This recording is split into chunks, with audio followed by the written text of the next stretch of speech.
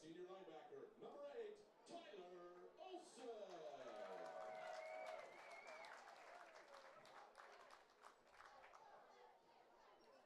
A senior linebacker, number 7, Rylan Lang.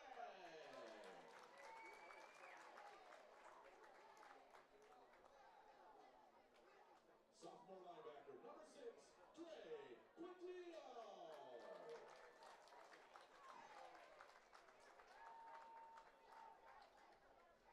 A junior corner, number 16, Micah Dickinson.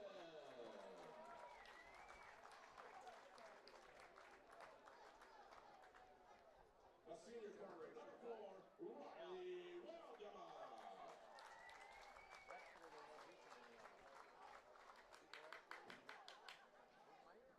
A senior strong safety, number 2, Brady Wiener.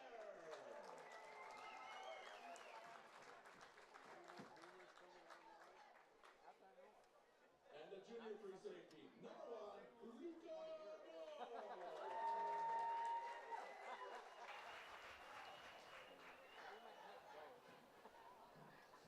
The officials for this afternoon's game, the back judge is Chris Shulock, the white judge, Kyle Blackburn, comes with his Alan Moore.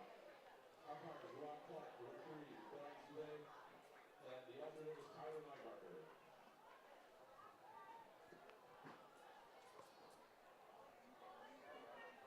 Just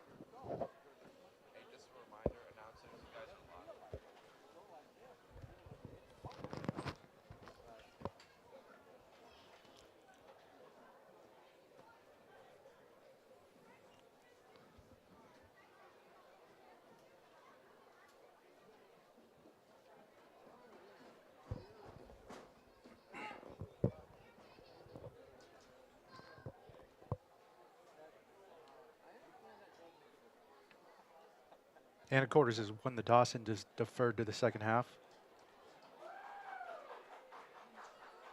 Seahawks won the toss and will defer. Looks like the Eagles will be picking West back Valley Eagles are going to receive. to the Anacortes Seahawks. will most likely receive in the second half. Pressure. Seahawks are taking off the Eagles.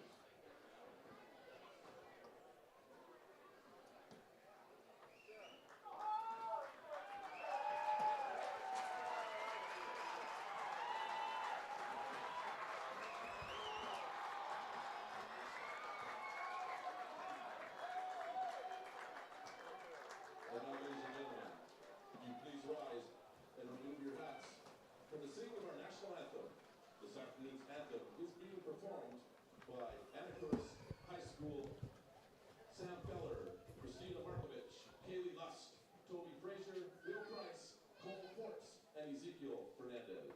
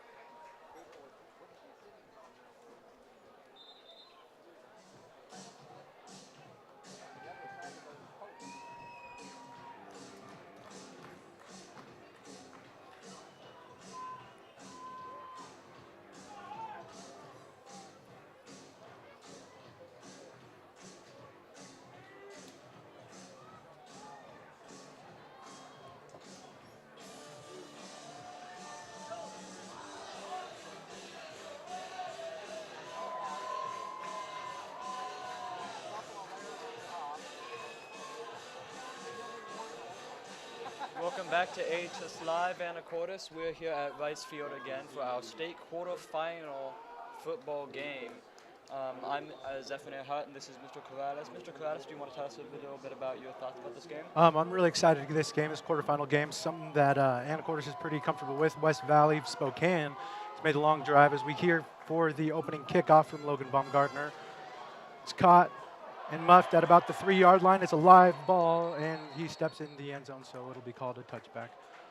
This is a pretty highly anticipated game because West Valley Spokane has got an undefeated record. A lot of questions of whether they've been battle tested or not. And Anacortes, as we know, is in the Northwest Conference is really one of the toughest conferences in the state. And with one blemish on their record, I'm pretty excited to see what it looks like today. Me as well.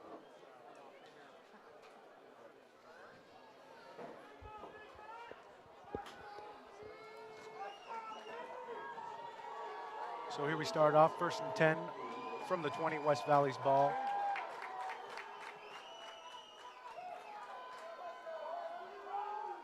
Snap, handoff up the middle. Nice plugged up hole there for a gain of about a yard, maybe 2 yards there.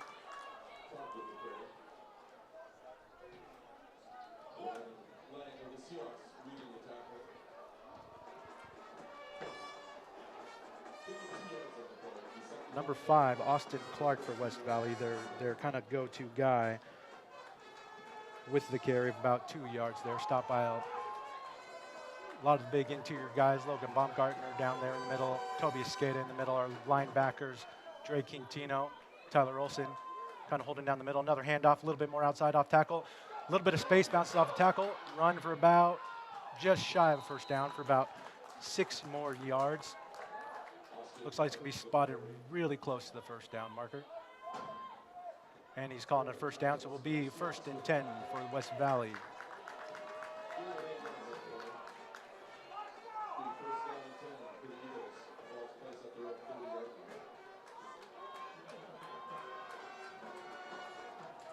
West Valley running heavy packages, no wide receivers, lots of backs in the backfield. 1st and 10, looking low snap, quarterback drops back and just chucks it into the ground for an incomplete pass. Looked like we were trying to go a little play action there, but a little bit of a muff snap.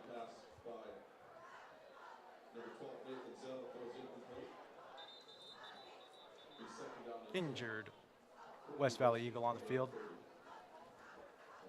Offense, that's number 10, Andrew Royston, senior O-lineman.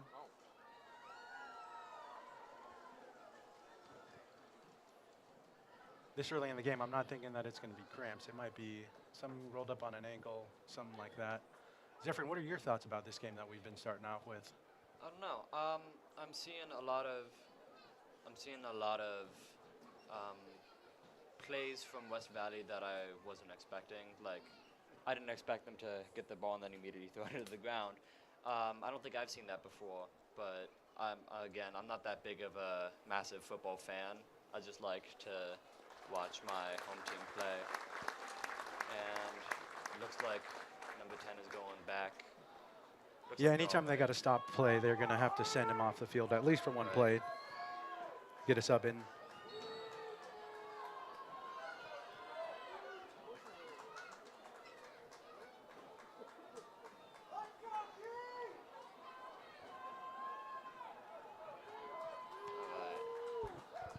Similar formation, heavy formation on the offense. Got 2 wing backs and tight end. In the pistol, snap, handoff up the middle, little shake. That's number 5 again, and a gain of about 5 yards off the left side. Austin Clark was 3rd carry of the game.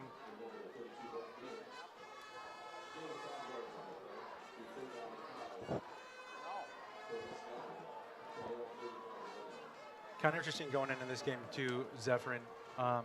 Talked with a couple Seahawks yesterday at school, and a lot of them on defense were saying they just want to, be prepared for lots of different formations as we see right here. They haven't changed their formation. Same out of that pistol, kind of double wing set, no receivers.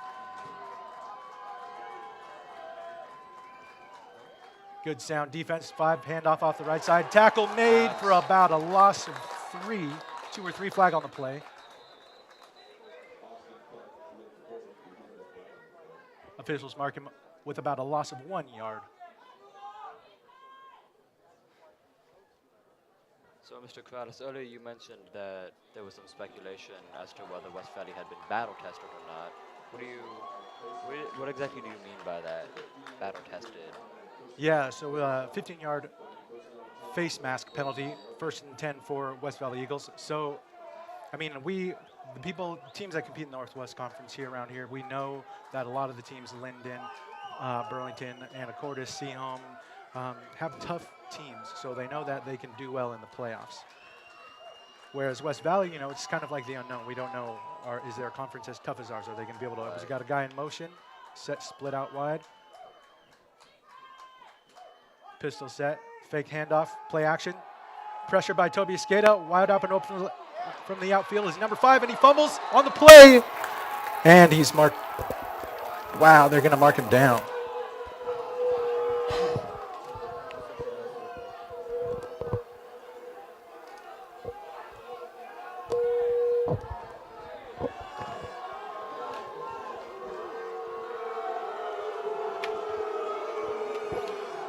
Fans are not happy with the call of that runner down by contact. So that pass out of the backfield, there's an official's timeout, it looks like. A lot happened right there. I think he was still up in the air on that. So we go pistol set, still 2 wings. It'll be 1st and 10 on the 40. Pass downfield, broken up by Luca Moore.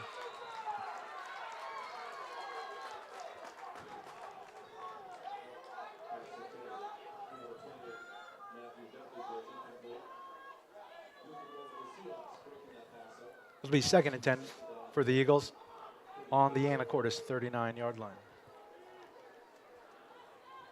So as the game kind of goes on, we'll start to see a little more and more formations. They'll see how they're doing with these tight formations as they come out, and the same thing. Yeah. Pistol formation just means that quarterback is in a shotgun and the back is straight behind him about the same distance. Got it. Snap, handoff up the middle. We can expect a lot of that. Minimal gain. Maybe even a loss. I was talking to some of the football players, and they were talking about me because I'm in an English class with very many football players, and they were talking, and they seemed pretty confident about this game, and I'm really excited to see how it goes for them. Yeah, our interior, I mean, you can kind of see right now, we kind of get after it defensively. It's hard to run on the outside because we've got speed. It's hard to run up the middle because our interior.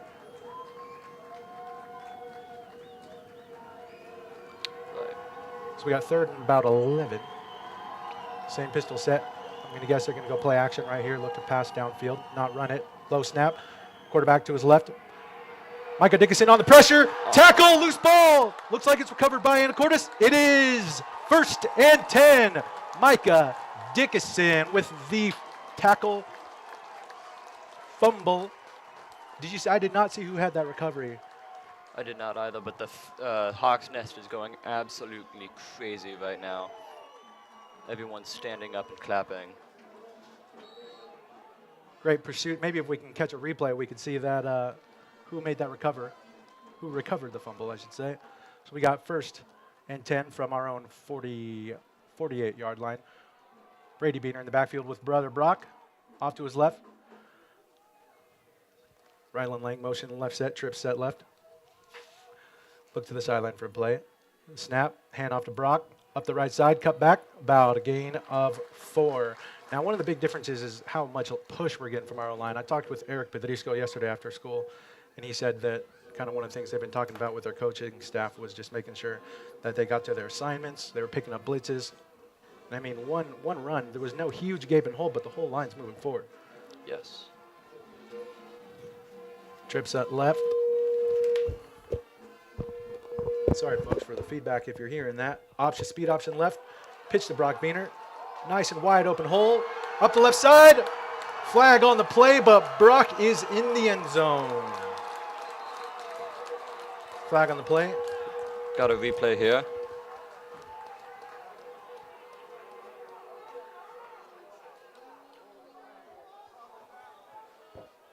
Officials looking around, talking to each other, figuring what out was going on. It looked like there might have been a little bit of a hold, and that's kind of what I'm seeing. Yes, it is a hold. On offense, fans are not happy about that. A lot of boos coming from the Hawks Nest today. Now, as long as, I mean, I'm a line guy, offensive line guy. You kind of have to flirt with that line of holding and not holding, and just didn't get away with it there. So it brings up 2nd and about 3 yards for the Seahawks. Doubles formation, Rylan Lang, motion left, orbit motion out to the right. Fake handoff to Brock, Brady's keeping to the right. Pitch to Lang, big collision, and big pickup, 1st down for Rylan Lang. Gain about 5 yards and a 1st down.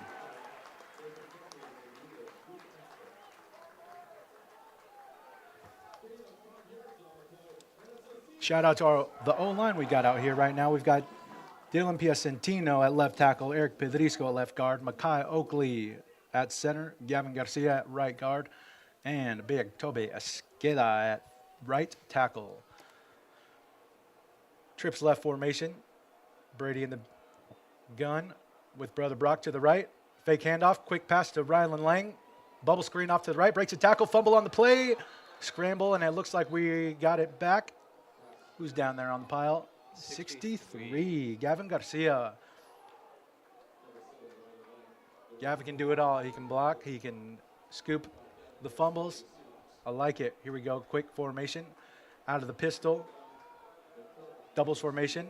Snap. Handoff. Left. Brock Beener with a gain of about 4. Calling him close.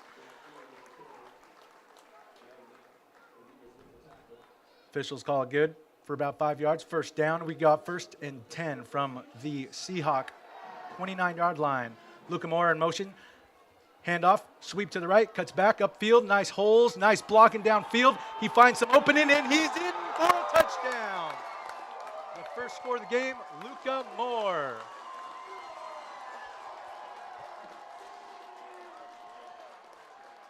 That's 5 minutes, 48 seconds into the game. Luca Moore on the jet sweep, handoff, finds the touchdown. The band and cheer squad are both going absolutely insane. The drummers down there on the band are just jumping up and down. Riley Walgamot is set to kick, and Rylan Lang to hold. Snap, ball is down, kicks up, and it's good. 7-0 with 5:48 in the first.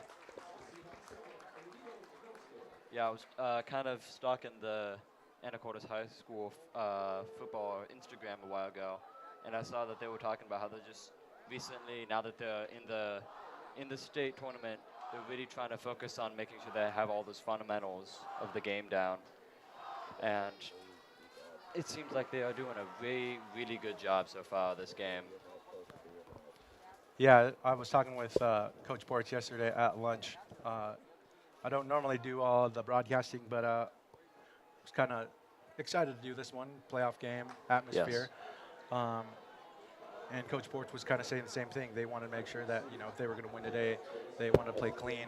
And a few of the players I talked to said the same thing. They just want to play clean. They don't want to have penalties. They don't want to have personal fouls. Exactly. So here we go. Seahawks, Logan Baumgartner set to kick off.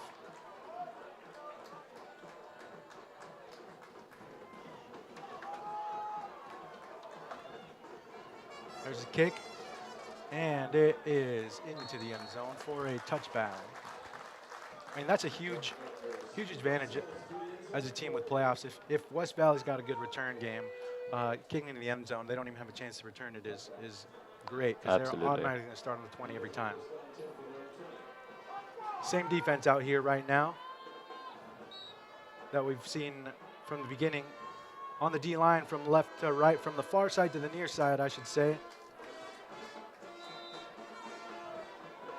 We got Makai Kilgore, Logan Baumgartner, Easy Quintino, the 3 down linemen. Then the bookends, we got Ryan Lang and Brock Beener. Pistol formation, quad set to the right, pitch right, double pass, ball's up, completed to the 48-yard line. Now, I talked with a couple players, and they were saying, they want to make sure they were set for these wild formations. 4 receivers on one side of the team of the field is not usually something that happens a lot. Kind of got away with one there. I don't know that that's gonna happen moving forward very often. West Valley players getting told he's got to leave the play. Either he's injured, or his helmet came off the field, or he's got some kind of malfunction. They got to get him off the field for one play. So West Valley's going to pick up their first down, and it's 1st and 10 from their own 48-yard line. Different formation. We got twins set left. Out of the gun, receiver left. Snap. Bad snap, and he falls on it. That's going to be about a loss of about 15 yards. Wow. Anybody's been watching the Seattle Seahawks, something that's been plaguing them is some snaps getting over Geno Smith's head, through his hands. That was a little bit of what they had right here. So after that big, huge play for West Valley, they go the other direction. So now they're sitting at about 2nd and 25. I don't know what kind of play you'd want to go with 2nd and 25. Here they're going to probably just try to pick up 10, 15 yards, not go for it all. Nathan Zettel at quarterback, number 12, breaks the huddle. Here we got a shift going. Gun back left. There's a snap. Pass for him. Looking for a screen. And he throws into the ground again. Pressured by Easy Quintino. And it's incomplete. It'll bring up 3rd and 25. Looked like they were trying to go screen pass right there. Didn't work so great. Our linebacking core is pretty quick to sniff those out. We got Rylan, Brock, T.O., Tyler Olson. On that play was Dre Quintino, younger brother, Easy. Now we got number 21, Jack Hopen, checking in. Jack Hopen is a 9th grader. Same defensive call been out there. Jack Hopen hops in. Spell him. Now we got Toby Escada at the D tackle on the far side of the screen. 3rd and 25. Obvious passing down right here. We got doubles formations. There's a snap, drop back. Quarterback pressure. He scrambles. And it's a short of the first down. Pick up about 8 yards. It'll be 4th and about 18 yards for West Valley. So, Mr. Cavadas, as someone who hasn't really followed football outside of high school, could you tell me what the benefit or advantage is of when West Valley's in the situation where they throw the ball into the ground? Yeah. Absolutely. I mean, a lot of people are like, oh, that was not a good call or it was a bad idea. Here we're in punt formation. Drop back is number 7, Rylan Lang. Short kick. Looking to clear. Everybody's just clearing out on the left sideline, and it's going to be touched at about the 30-yard line. Mark, check it, the 33. So Seahawks will take over on their own 33-yard line with 4:21 left in the first quarter, up 7-0. Yeah, so Zephyrin on a pass play, quarterback's going to get sacked. It's going to be like a loss of 5 or 10 or 15 yards, however far back he is. Well, if he throws it to try to make a completion and the guy's covered, he's going to get intercepted. Something bad could happen. But if he throws it down in the ground towards that receiver, they just get the ball back where they were originally. Oh, got it. So it's a nice, it's for some plays, it's a big save for them. For others, it's not. Brady Beaner's at the quarterback spot. Micah Dickinson shifting outside to the wide receiver. Brian Lang shifting to trips left. Brady Beaner snap, drop back, looking to pass. He's got a guy open over the middle. Rylan Lang was the intended receiver. Luca Moore also up on the other side. Open, incomplete. It'll be 2nd and 10.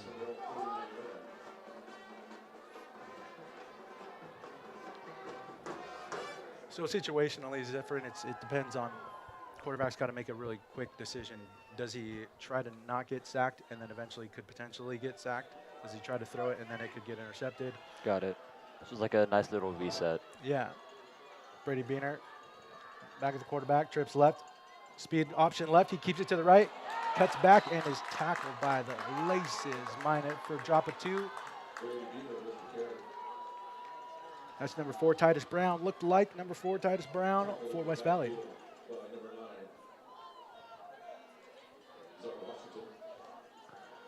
If it wasn't Titus Brown, then it was number 9, Czar Washington.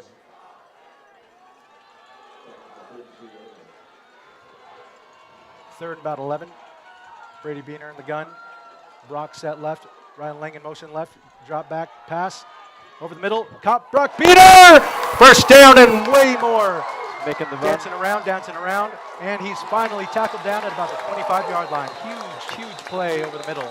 Brock Beaner, injured Eagle from West Valley, down on the field. So it'll be 1st and 10 from the 25 for Anacortes as we wait to see this injured West Valley Eagle. Looks like he's okay.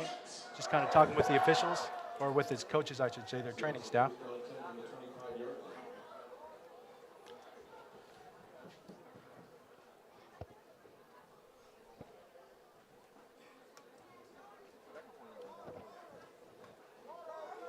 I know talking with a couple of players, Coach Ports, we were talking about Brady Beener, Ryan Harrington, both playing quarterback with Ryan's injury early this season, and Brady being able to spell him a little bit has been really helpful.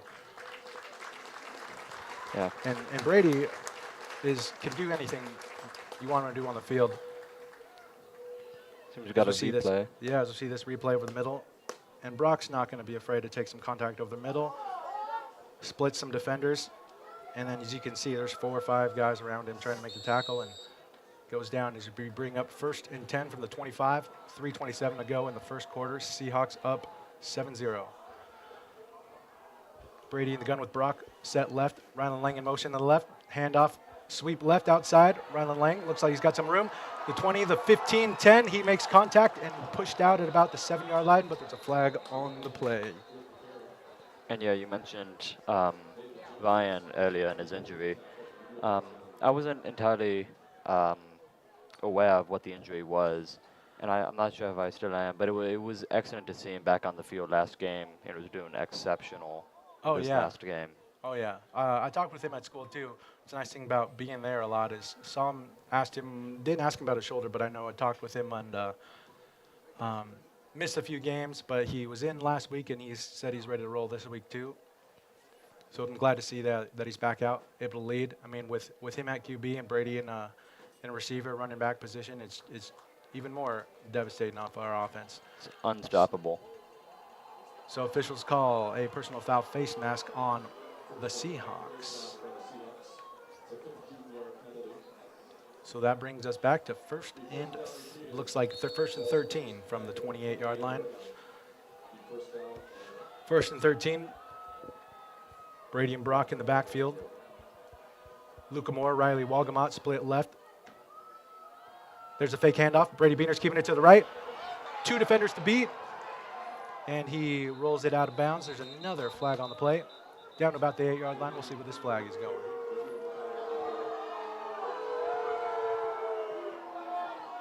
A lot of boos from the fans. A lot of boos from the Seahawk crowd. Do not seem happy at all. Got a hold on the offense.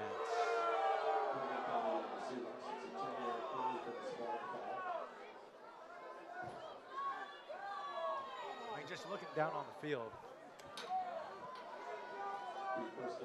West Valley's got some size on their D-line. I mean, they've got some height on their D-line. A couple big boys, 65 on their D-line.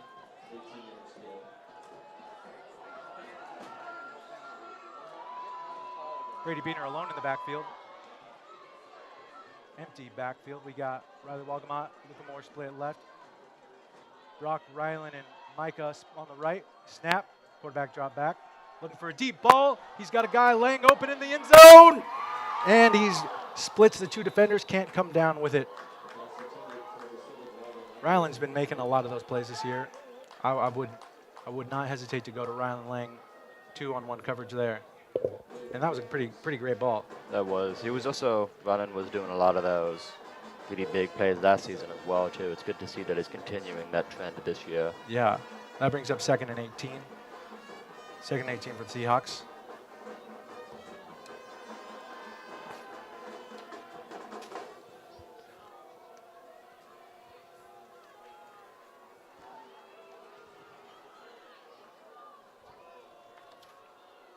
Brendan Cutter checks in, is in the slot with Brock over on the right.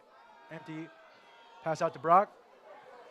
Gets about, we'll call it 12 yards. Quick pass will bring up 3rd and 5.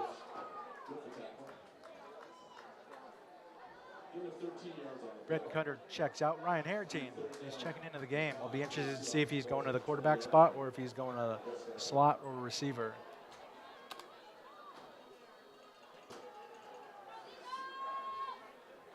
So Ryan Harrington is the number 2 receiver on the left.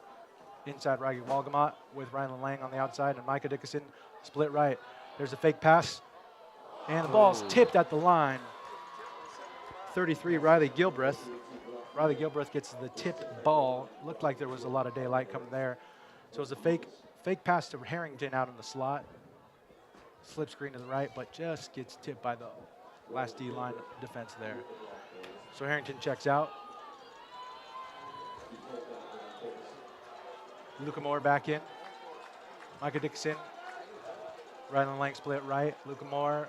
Welcome out to the left. Brock and Brady in the backfield. There's a drop back pass over the middle to Micah Dickinson, a little bit behind him, and he can't get the one hand on it. It'll be incomplete. And it is going to be a turnover on downs. Now, I wouldn't say that was a. You don't see a lot of turnover on downs from the Seahawks. I mean, it really shows you that penalties can kill a drive. We had 3 of them on that drive right here. Back on defense, we see Easy Quintino down at the D tackle. Logan Baumgartner on the inside.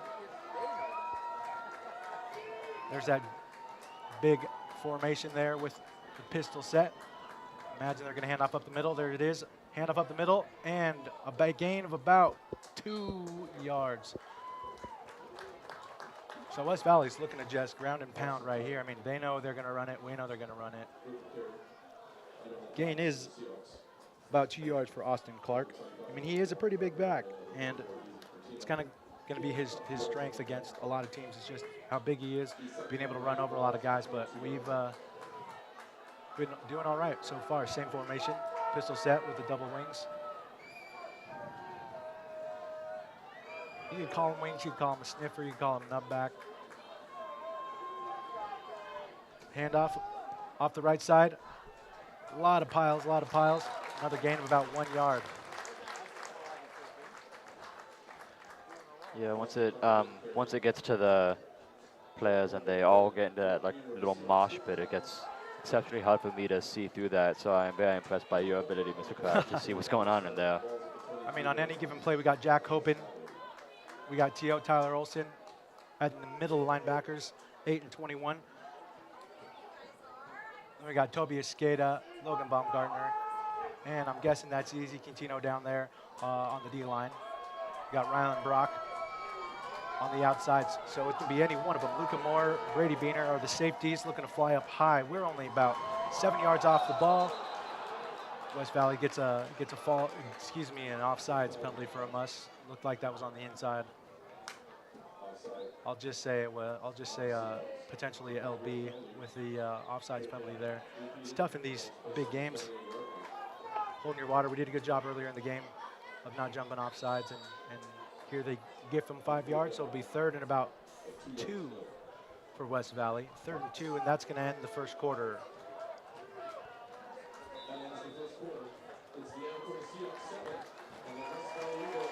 End of the first quarter. It's going to be Anacortes 7, West Valley 0. Anacortes will be on defense. West Valley have the ball on their own 28 when we come back.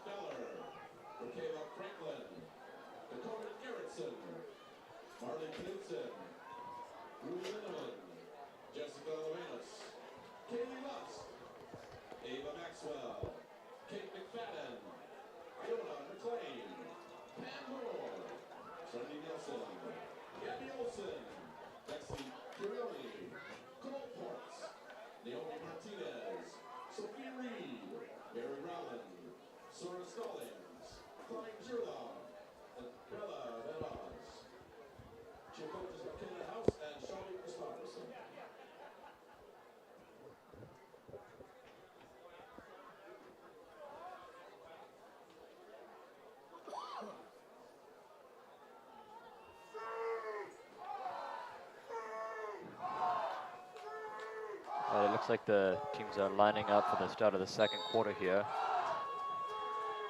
Here we go, second quarter, 3rd and 2 if you're joining us on the West Valley 28.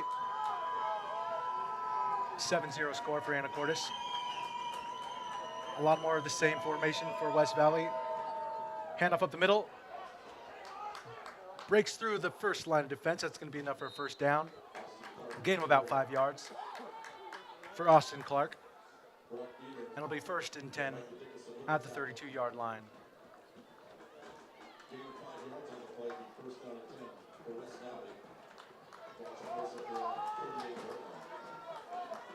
You know, I was talking with coaches, and they're saying, you know, if 5's in the backfield, they're probably going to give it to him. If there's another back in the backfield, they're probably not going to give it to him. As we go offset to the left to number 5, Austin Clark, and he's brought down for a gain of about 2 on the play. Right side of the line, Micah Dickinson, Toby Escada, Rylan Lang.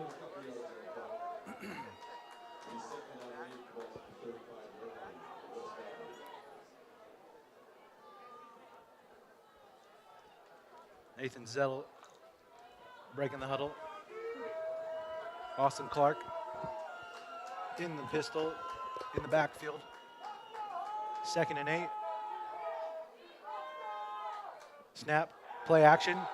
Over the top, number 10 is open and just a step in front of Luke Moore, but dives and incomplete. That was Andrew Royston, the intended receiver. That's going to bring up 3rd and 8.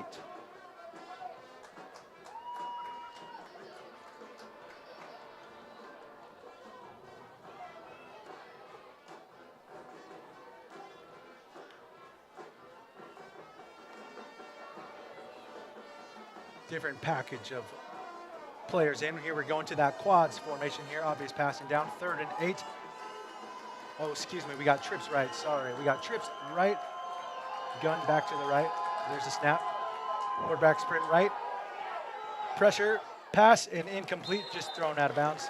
Huge pressure at 6 and 8. It's tough to tell between Easy and Tyler, but that is number 8. That's Tyler Olsen on the pressure of the quarterback.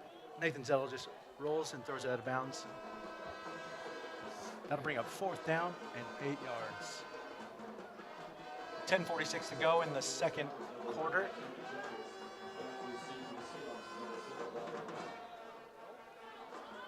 Rylan Lang is typically a receiver, but he's up at that linebacker spot. Doesn't look like we're going to drop anybody back, and just make sure that they get this ball off, unless we're going to try and block it, which we go for, and it's kicked a little bit off center, and it's going to roll out somewhere between the 35 and 40. Official marks it at that 35-yard line. It'll be 1st and 10 for the Seahawks on their 35.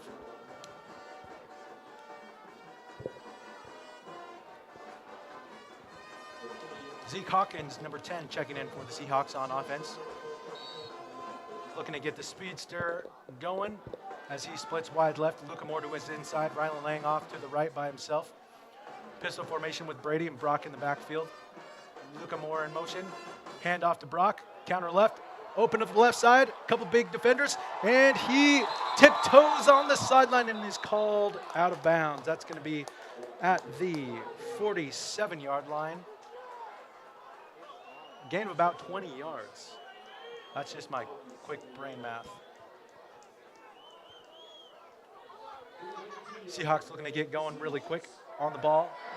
No huddle, all the quick play. Brady, drop back, pass over the middle to Micah Dickinson, wide open to the 25, the 20, and he's hit down. Nice collision there. Micah Dickinson, nice, tough catch over the middle for a 1st down for the Seahawks. Seahawks are going quick again. Here we go. Brady in the backfield. Brock on his left on the 20-yard line. Lang and Dickinson off to the right. Fake up the middle. Pass left. Bubble screen to Zeke. Bumps to the outside, and he's cut down. Number 6 for West Valley. Number 6 for West Valley. Kynan Jacklish on the tackle there. Seahawks going again. Pistol formation, doubles. Two receivers each side. There's a snap. Fake handoff. Looking for the bubble screen. I think I just saw Rylan kind of slip his footing right there. Incomplete. It's going to be 3rd and about 6 here for the Seahawks.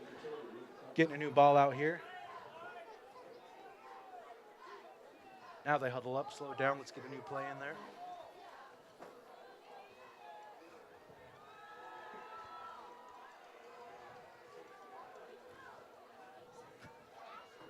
Luca Moore, Zeke Hawkins, split left. Micah Dickinson and Lang right. Luca Moore in motion. Fly sweep, hand off to Moore, cuts up middle, and he's got just kind of tripped up there. Number 9, I believe that was, from, yeah, it's our Washington on the tackle there. Minimal gain for Luca there. It's going to bring up fourth and 4. Offense is still on the field. Easy Quintino checking in.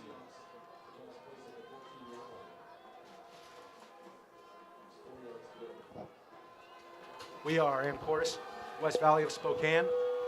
9 minutes to go in the second quarter. Twins left. Brady Beaner in the backfield with Brock set left. Brady keeps it up the middle. Left, it's going to be a first down. Brady and brother Brock leading the way. Gain of about 7 yards. It's going to be first and goal from the 7-yard line. Easy Quintino is in right now. He's kind of that F-back, full-back, wing, sniffer. Lots of different names depending on formations and who you ask. Tight end spot, essentially. Here we go, first and goal. Micah Dickinson, Luca Moore left to right.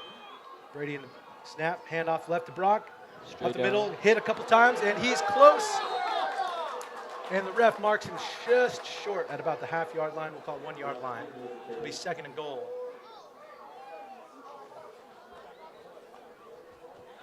Gain of 6 yards on the play. So it's a second and goal from the 1-yard line. Rylan Lang split right. Luca Moore right next to him. Micah Dickinson to the left. Brady Beaner, and quarterback, takes a snap. Lead by Brock, and Brady's in for a touchdown. Oh, there's a big push at the end, a little bit of extracurriculars. Be interested to see if Anacortes just holds their heads on top. A little bit of frustration from West Valley there. Push, I didn't catch a number, but that'll most likely be unsportsmanlike. Personal foul we'll see from the refs. I'm really impressed though that no brawl happened, and of course kind of just shut it down. No one overreacted to that. I love to see that. I love to see guys who can keep their composure, knowing this is a playoff game. Here's the call on sportsmanlike conduct, and he's calling it on both teams. So they'll offset. Touchdown's good. Now a lot of people are going to be upset about this, and I mean, if I had a kid playing, I might be upset too. But a lot of the times you see there's an unsportsmanlike conduct. Sometimes something was said, and I'm not going to say Anacortes said something, but West Valley must have heard something they didn't like and retaliated, so both kind of got an unsportsmanlike. So the refs will take their numbers down, and if they get a second, then they won't be able to play the rest of the game, and won't be able to start the next one. So here we go. Point after for Riley Walgamot. Set to kick, Rylan Lang to hold. Snap low. Ball's down, and it's tipped at the line, so it'll be a no good on the PAT. So it's 13 Seahawks, 0 West Valley.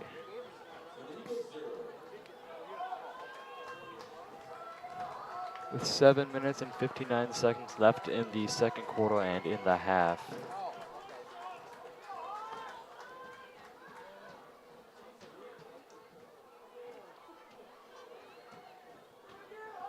Good to see kind of Anacortes, showing what they can do, flexing a little bit, going up-tempo that drive.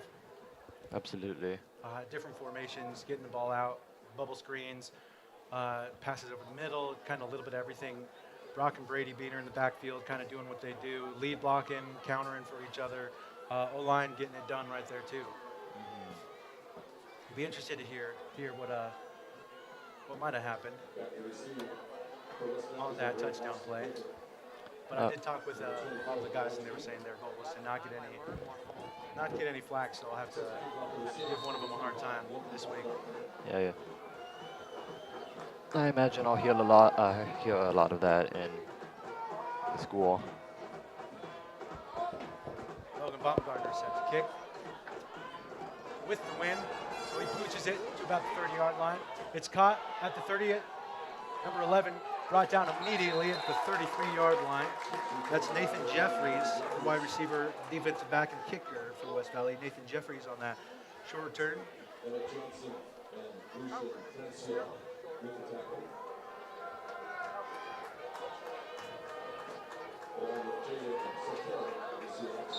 West Valley's going to take it at their own 30, we'll call it 35-yard line.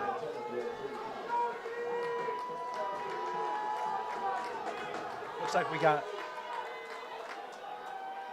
number 5, Austin, as the Wildcat quarterback, takes the handoff, and he gains about 1 yard there. So a different wrinkle right there. Number 12 is not at the quarterback spot.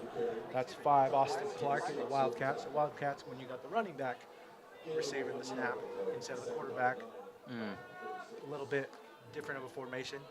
So Austin Clark with a gain of about 1. Again here in the Wildcat formation. Well, it's not really a Wildcat. We'll just call him at the quarterback. And number 9, snap handoff counter to the left.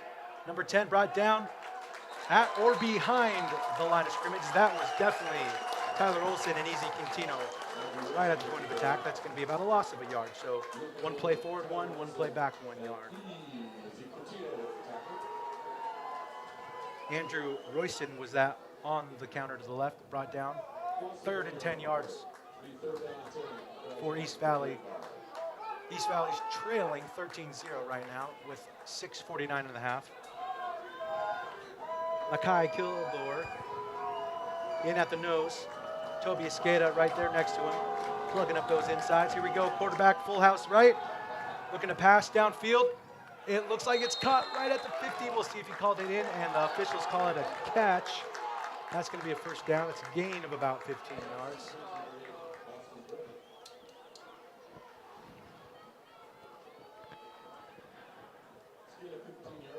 That was Austin Griffith.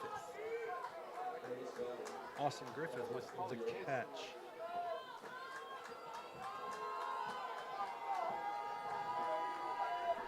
Same formation. That's going to be a false start on 66.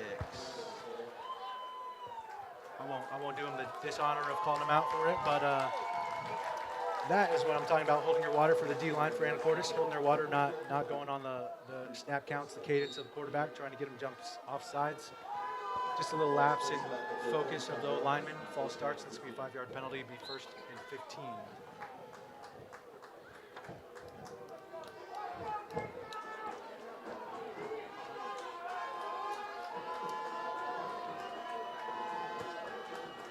Washington, the back. Austin at the quarterback. Snap. It's going to be quarterback lead. He runs off to the right side. Met off to the right. Rylan Lang. Dre Quintino in on the tackle. It's a gain of a couple right there. It's going to be 2nd and 13.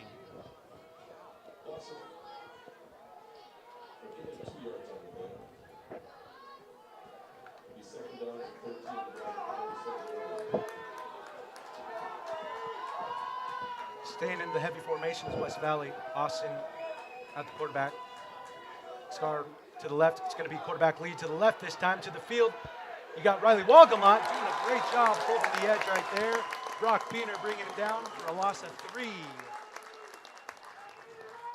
Just great speed on the outside. Riley Walgamont, great job holding the edge there. Holding the edge, didn't let the running back get to the outside.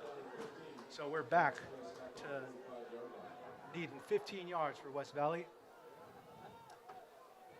3rd and 15, 5 minutes and 50 seconds left in the half. Now here we go, spreading out a little bit. We got the quarterback in at quarterback, doubles formation, twins, 2 receivers each side. Snap, there's a timeout, looks like, from the other sideline. It is timeout, West Valley, trying to think it over. We got 3rd and 15 for them. This is pretty big drive for them. They're trying to look to score before half. Want to draw it up. Great job defense. Jack Hopen in there. Brady Brock, Tyler Olson, and the big boys up front. Toby Escada, Easy Quintino, Makai Kilgore. Flying around. I mean, they run it up the middle. You've got our D-line soaking up and our middle linebackers between Tyler Olson, Dre Quintino, Jack Hopen plugging it up. And then on the outside, they can't really get there because you got Brock and Rylan on the outsides. And then when you got your corners like Riley Walgamont holding the edge of there, setting the edge, they got to cut up, and that's where our defense is. Yeah, if I was playing football, and I absolutely would not because I would probably get flattened immediately. But if I was, I would not want to go up against either of the twins or Violin or any of the players. They're all just. It's like I wouldn't want to go up against any of them. It's a very solid foundation we have here. Here we go, doubles formation again. Quarterback drops back, getting pressured, and he throws into the ground. Pressure by none other than Easy Quintino. There's a bunch of flags down right now. I didn't get to see what was going on. Threw it down to the ground. Looks like they want to have it be a. Let's see. You don't see intentional grounding a lot, but we might see that right here.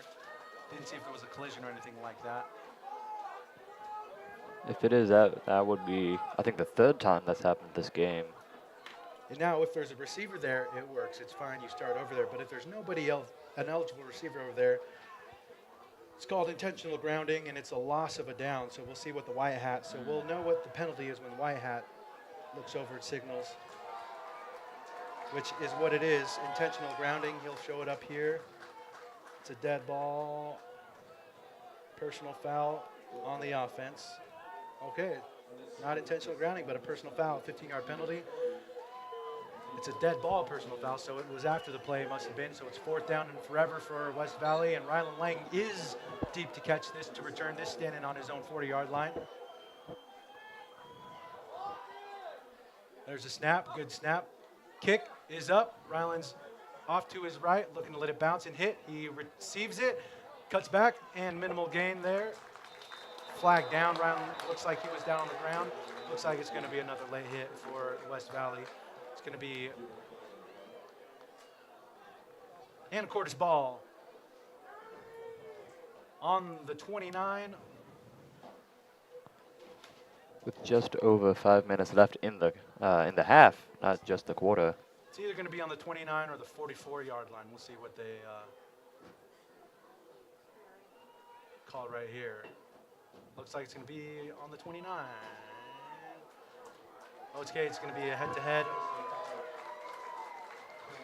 There's not really a targeting call on that, but it is going to be on the 44-yard line.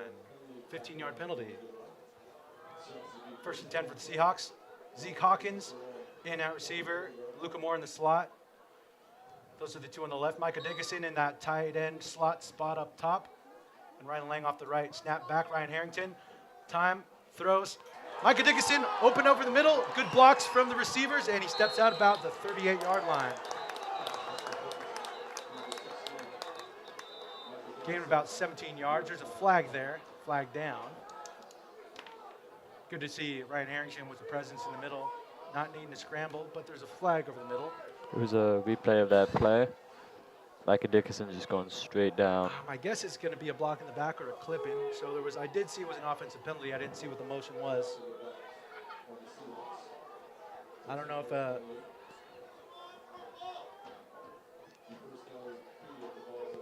my guess is a block in the back. So we'll go 1st down, 5 yards for the Seahawks. Trip set left. Formation change, shifting, trip set right. Zeke Hawkins all alone on the left. Ryan Harrington in the backfield, Brock Brady next to him. Snap, fake handoff, throw to Micah Dickinson outside. He's got the 1st down. More, he's breaking tackles up the right side of the sideline, up down to the 30-yard line. Micah Dickinson with the reception. Little slow to get up. Gain of about 20 yards. Seahawks have 1st and 10 from the 30 going in. Hoping Micah Dickinson is good to go. Just needs a little moment to breathe it out and get back up. We're 13-0 with 5 minutes left in the 1st half. Anacortes Seahawks leading the West Valley Spokane, West Valley Eagles of Spokane. Trainers on the far sideline. If you are at home watching, we are in the state quarterfinals for 2A. On our side of the bracket, if you're at home wondering, WF West is waiting to see who wins this game between Anacortes and West Valley. WF West beat Franklin Pierce last night, 27-8. WF West, the number 6 team, they're the first team into the semifinals. Anacortes looking to be the second team into the semifinals, leading 13-0. On the other half of the bracket, starting at the same time with Anacortes, is Archbishop Murphy and Linden. They are playing at Ferndale High School.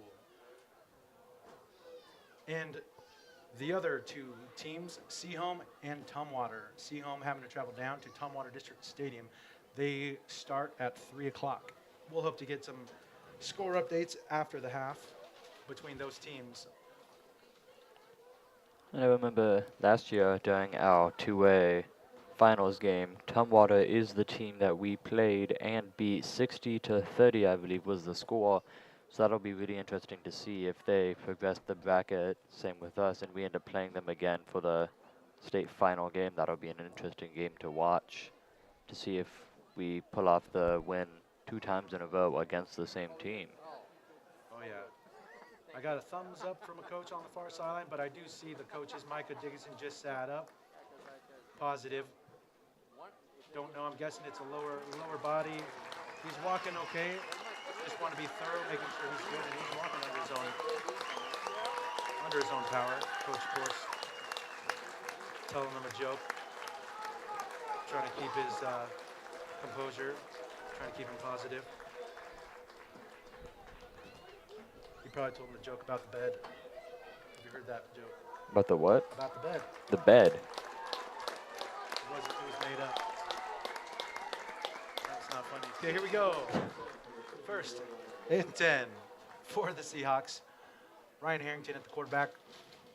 Brock Beener to his left. Bunch formation left. Zeke at the point with Luca Moore and Rylan Lang.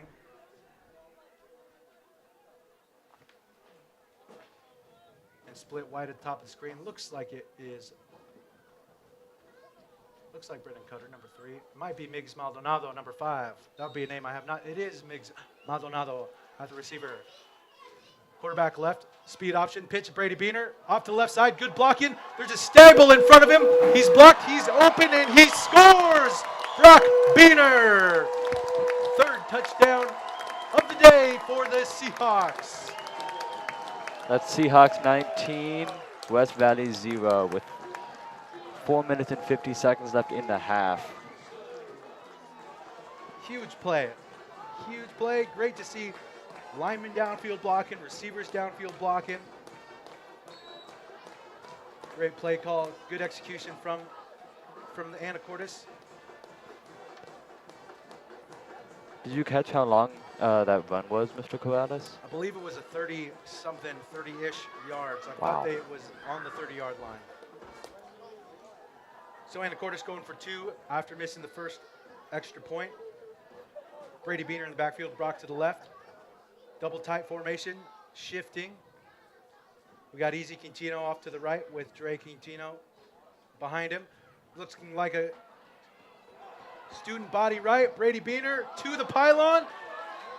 And it is good. And that's an addition of 2 points, correct? Yes, sir. So that seems like it made up for the loss of that extra point last time.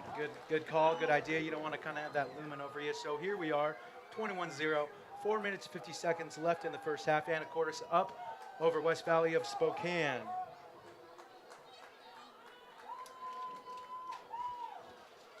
Yeah, incredible runs from Brock as always.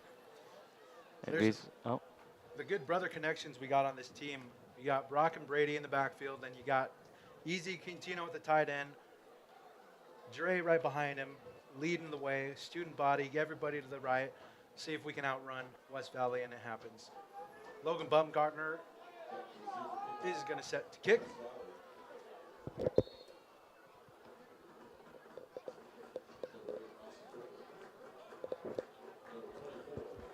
I'm going to see if I can get numbers for this who tackles the kickoff this go around. Logan Baumgartner into the wind, probably going to does again, pooches it. Number 8 underneath it at the 25-yard line catches it. There's number 12 for the Seahawks. That is Lucian Franciac with the first contact at about the 35-yard line. Along with 23 and 33. That is Shia Webster and Jaden Soldero on the tackle. Good to see guys who might not necessarily be in on the starting, making plays on special teams. That's where it starts, where it happens. In on defense for the Seahawks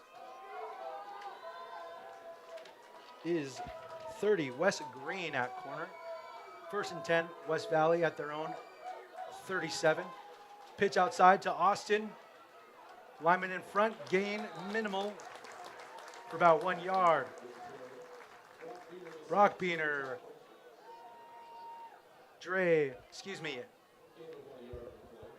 Makai Kilgore in on the tackle. We got, Dre Quintino. Gain about 1 yard, 2nd and 9 for West Valley.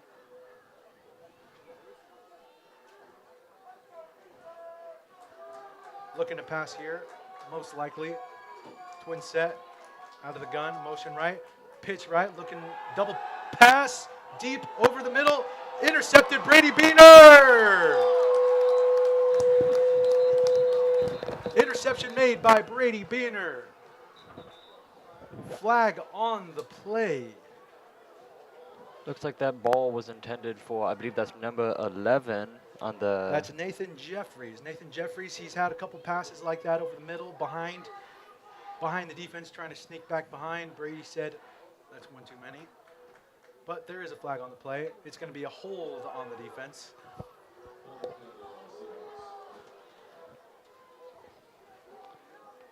Hawks Nester down there with the rally towels. Recently, AHS had a towel fundraiser where you could buy a purple rally towel for, I believe, $5. I'm seeing a lot of those down there, people just waving them around.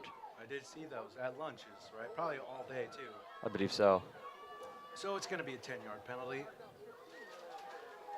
Holding on offense, holding on defense. It's going to bring us to a first down for West Valley after the holding penalty. On their 48-yard line, they've got 3 minutes and 59 seconds.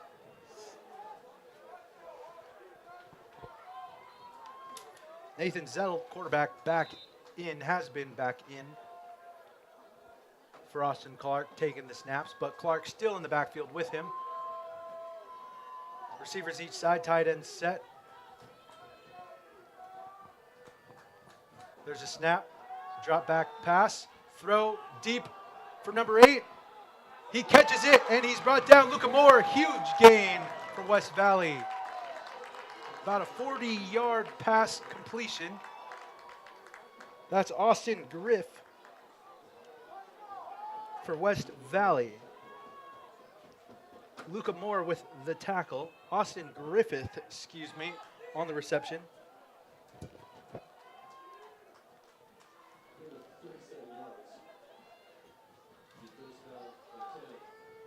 First and 10 for West Valley, breaking the huddle. This is their first time inside the 20, I believe. First and 10 from the 11. Twins left. Zettel in the backfield, snap, fake handoff, thrown over the middle. Number 8, backs behind him, broken up by Luca Moore. Intended for, again, Austin Griffith. 2nd and 10.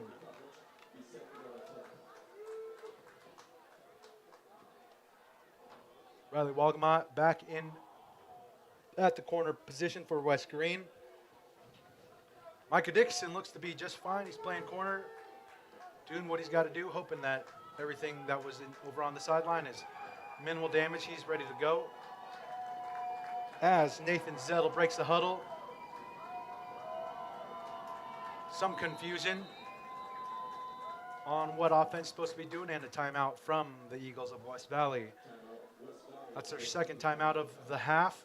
3 minutes and 20 seconds left. Anacortes up 21-0.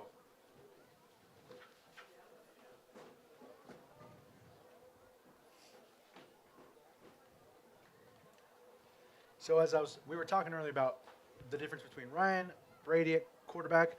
Not that there's a difference, like one is better than the other. They just kind of bring a uh, different options for what the offense is going to do.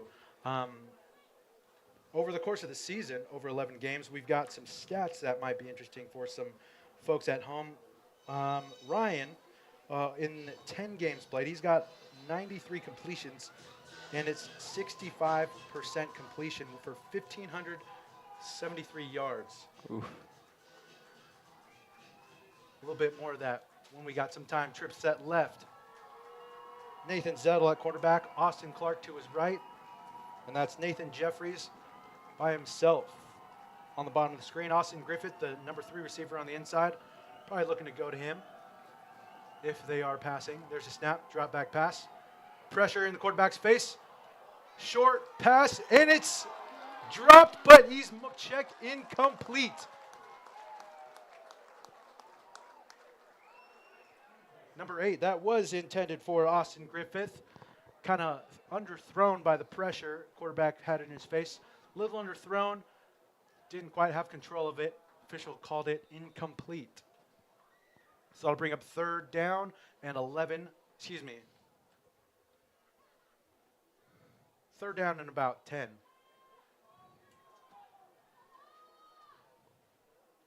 For the Eagles of West Valley. They could get a first down if they get it down in between the 1-yard line, but the chances of that are pretty small. So 3rd and 10, 3:20 to go in the first half.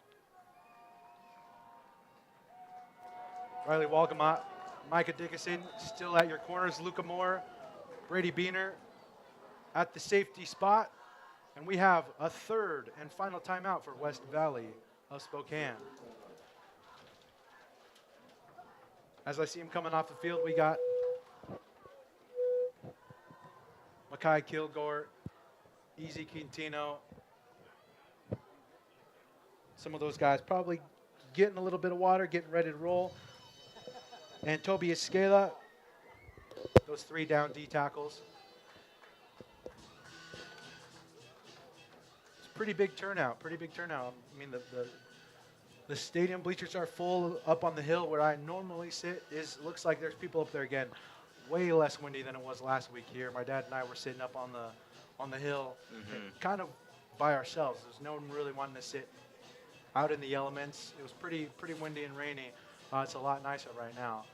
Significantly, yeah. And I know the Wildcats Club had a lot of trouble last week with the cameras just kind of almost flying everywhere, but luckily we were able to keep it under control. And it looks like getting lined back up for the next play. So if I'm Anacortes, I'm thinking, where's number 8? Where are they going to try to go? We got Nathan Zettel, Austin Clark in the backfield. Motion across to a trips formation. Drop back, pass, complete, and touchdown. That is number 2, Sean O'Gara, appears to be with the touchdown for West Valley Spokane. It is. That brings it to 21-6. West Valley looking to score this extra point. 11, Nathan Jeffries set to kick the extra point.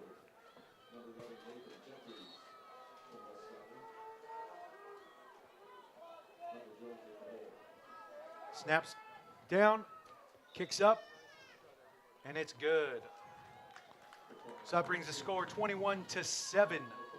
Anacortes lead with 3 minutes and 13 seconds to go in the first half.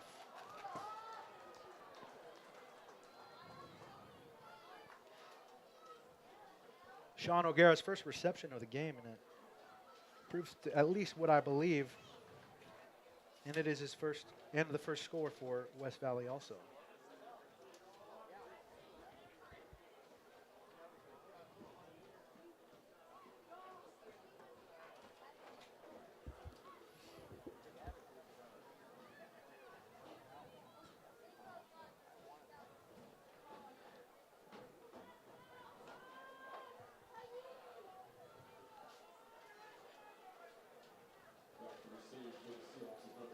So a little bit safe of a kick return formation here for the Seahawks, only having 1 deep. just in case West Valley's looking to try to onside kick, we've got extra people up there to be able to recover the ball if they squib it or kick it short. And that's West Green, who's deep. So we got Miggs Maldonado down in the middle, Tyler Olson on his left, Brendan Cutter behind him, Lucian Franciac also. So a little bit of our hands team right here. There's the kick. It's a squib, and it's fielded by Lucian. Brought towards the middle. Lucian's going to look to protect it, and he's brought down. Great job by Lucian Franciac on the recovery. There's a penalty after the play. Nice job. Good heads-up play by Lucian.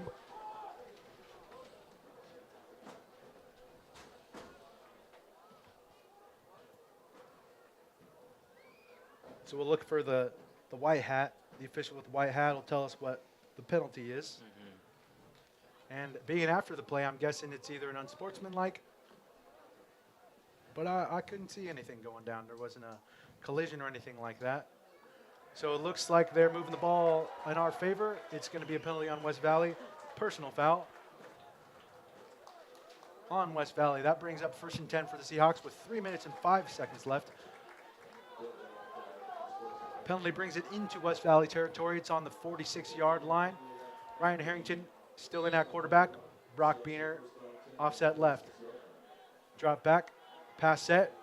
Throwing for Luca Moore to the sideline. Caught to the 25-yard line. 24 for Luca Moore. Pass from Ryan Harrington. And Cordes is looking to get on the ball and run a play fast. Going back with the tempo. Double set. Quick throw to Luca Moore again in the slot on the left. He's caught it. Stopped and down to the 20. So a reception from about 6 to the 9-yard line. Will be 2nd and 4 yards.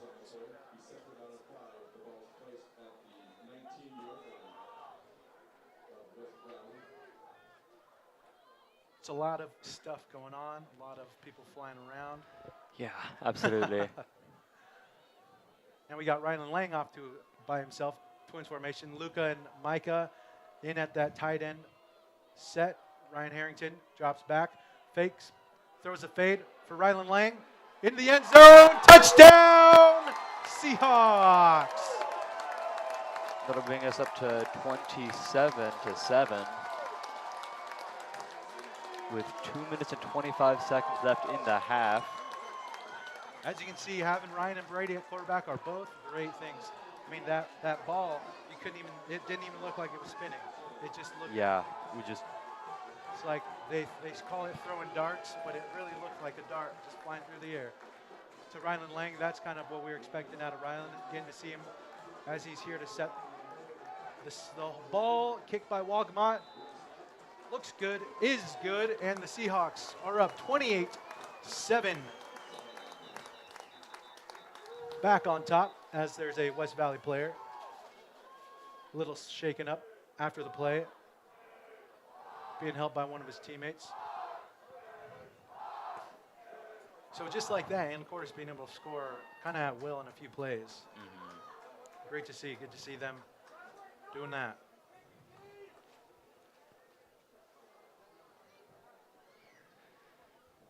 So your video productions, your AHS Live.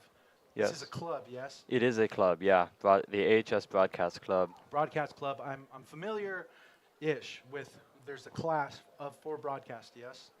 It's similar. There's the digital media and the digital media 2 classes. Okay. And the broadcast club, they are separate. So the digital media 2 classes, they run the Rock, which is our weekly news program, which is all about producing media and then showing it to others. Whereas the broadcast club is separate, whereas we use the same equipment. We're not really affiliated with the digital media class program itself. Okay. And we're focused on live media production. So you could be a student in one of those classes and still be AHS Live and most likely have, with a broadcast club and still most likely have a lot of like experience, or being able to do and handle and talk and learn a little bit about stuff. Yes, absolutely. And myself, I'm a member of the broadcast club, but I am not. I have not taken digital media 1 or 2 classes yet. So Oh, okay. I'm the other side of that coin. Right. So those are all headed by Mr. Williamson, yes? Yes, Mr. Williamson, since Mr. Thompson's retirement last Okay. year. Good. And so I know that AHS broadcasting and digital media, like it's a huge world for someone to take on for Mr. Williamson, and it's good to see there's still the opportunity for you guys to be doing this kind of stuff. I know me personally, getting to keep tabs on how sporting events are going, or if I can't make it to a concert, getting to see stuff like that. And even The Rock, like in class, it's nice to have during advisory and see other teachers, other students doing things and get to replay those things. Like for a lot of people my age and older, we didn't really have like, there's no way for me to go into a digital yearbook and look up a video of, an event that happened, like our lip dub thing, Yeah. or any of the homecoming festivities. But so it's really nice for your generation, the people in class who are in your classes, to get to see that. So that's pretty cool, pretty exciting. How do people, West Valley's players, is up and walking under his own will? So it's good news for him and for West Valley that he's good to go. How do people in the community? Because I know there are lots of people in the community that are always wanting to know, where are we going to watch the football game? How do we watch the football game? Is it on YouTube? Is it on NFHS? How do we watch it? Is someone live streaming on Facebook? So how do people in the community how do they support you to make sure that this stuff like this happens more often? Is there a way to do that? I'm not really sure if most people in the community have a big way to support us, but we do take sponsorships and we have advertisements from local businesses. One of our biggest ones are Domino's and Dad's Diner. Those two, the local businesses, they really like to support us. And I know on Facebook, I'm looking through all the Anacortes community pages, Oh yeah. and especially like the mothers and fathers of the football players, Yeah. they really are appreciative. And grandparents and you Yes. got everybody there. They're very appreciative of the work that we do, and whenever we are not broadcasting, they are exceptionally sad. Yes. So 2 minutes, 25 seconds left. West Valley's got the ball on their own 20-yard line after the Logan Baumgartner touchback. Handoff. Up the right side, cut back, number 5. Austin fumbles on the play, and I think he fell on it also. Ooh, a couple guys. Luca Moore just salivating, thought he had that ball. 16, 17-yard run for Austin Clark. Ball's going to be on the 37-yard line. 2 minutes, 13 seconds left. West Valley looking to score before half. Anacortes looking to keep him out of the end zone. So we've got Nathan Zettel at quarterback, Austin Clark. On the left, Twins receivers left. Snap, drop back for a pass. Pressure over the middle, and low pass incomplete. Brady Beaner in on the contact. Intended for number 8, Austin Griffith.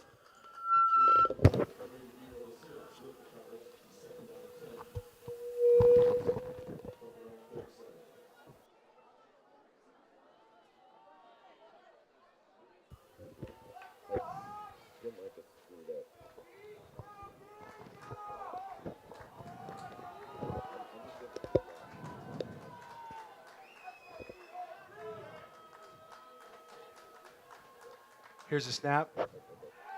Pass over the middle. It's tipped at the line of scrimmage. Looks like Toby Escada. Hands up, showing the incomplete. I'm guessing he got that big old taped up oven mitt on the ball, and it falls incomplete. It's going to bring up third down. 3rd and 10 for West Valley Spokane. 28-7, 152 in the half. Anacortes is now at this point looking to get the ball back and try to score again before halftime. Zeke Hawkins in at corner. Micah Dickinson opposite him. Luca Moore, Brady Beaner at the safeties. Looking for a pass, potentially a screen here. Nathan Zettel, quarterback, gets the snap, fakes the handoff, drops back, pass over the middle. Intended for number 8, Luca Moore with the one hand on it. Broken up on the play, nearly intercepted. Luca Moore had about three hands on that ball. Tipping up number 8, Austin Griffith, injured on the play on the field.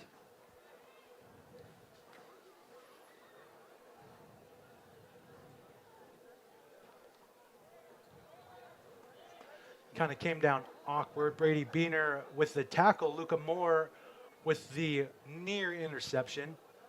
Combination of hitting the ground and Brady on the tackle, shaking up Austin Griffith.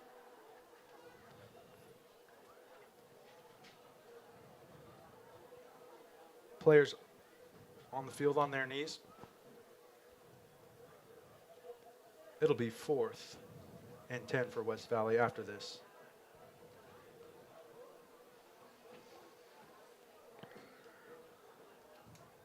So Zephyrin,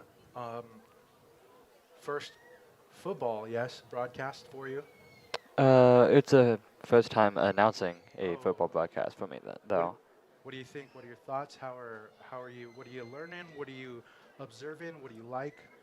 Well, I mean, obviously I'm not super privy to the rules of football and like how all of the first and whatever. Yeah. Like I'm not entirely up to knowledge on how all that works. Yes. So Austin Griffith is walking off okay. Little guarding on it on one of his legs.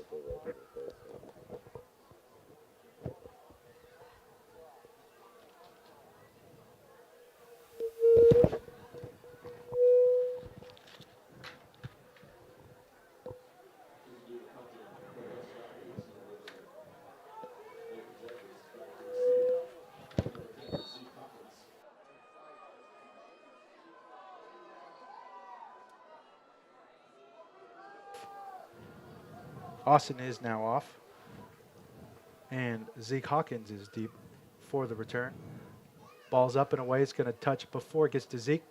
He's going to think about touching it and just lets it roll. It's going to roll down to the 15, 14, and picked up at the 13-yard line by West Valley.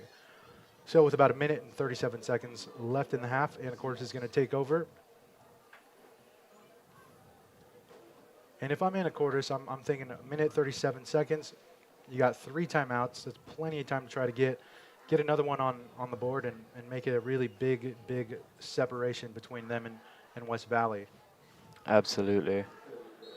Just try to make the gap for West Valley to clear next half is just as big as possible.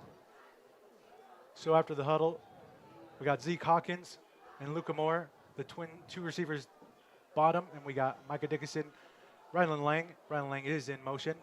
Fake the handoff, bubble to Rylan Lang, cuts up, he's met, and he cuts back all the way across the field and is brought down for about a loss of 3.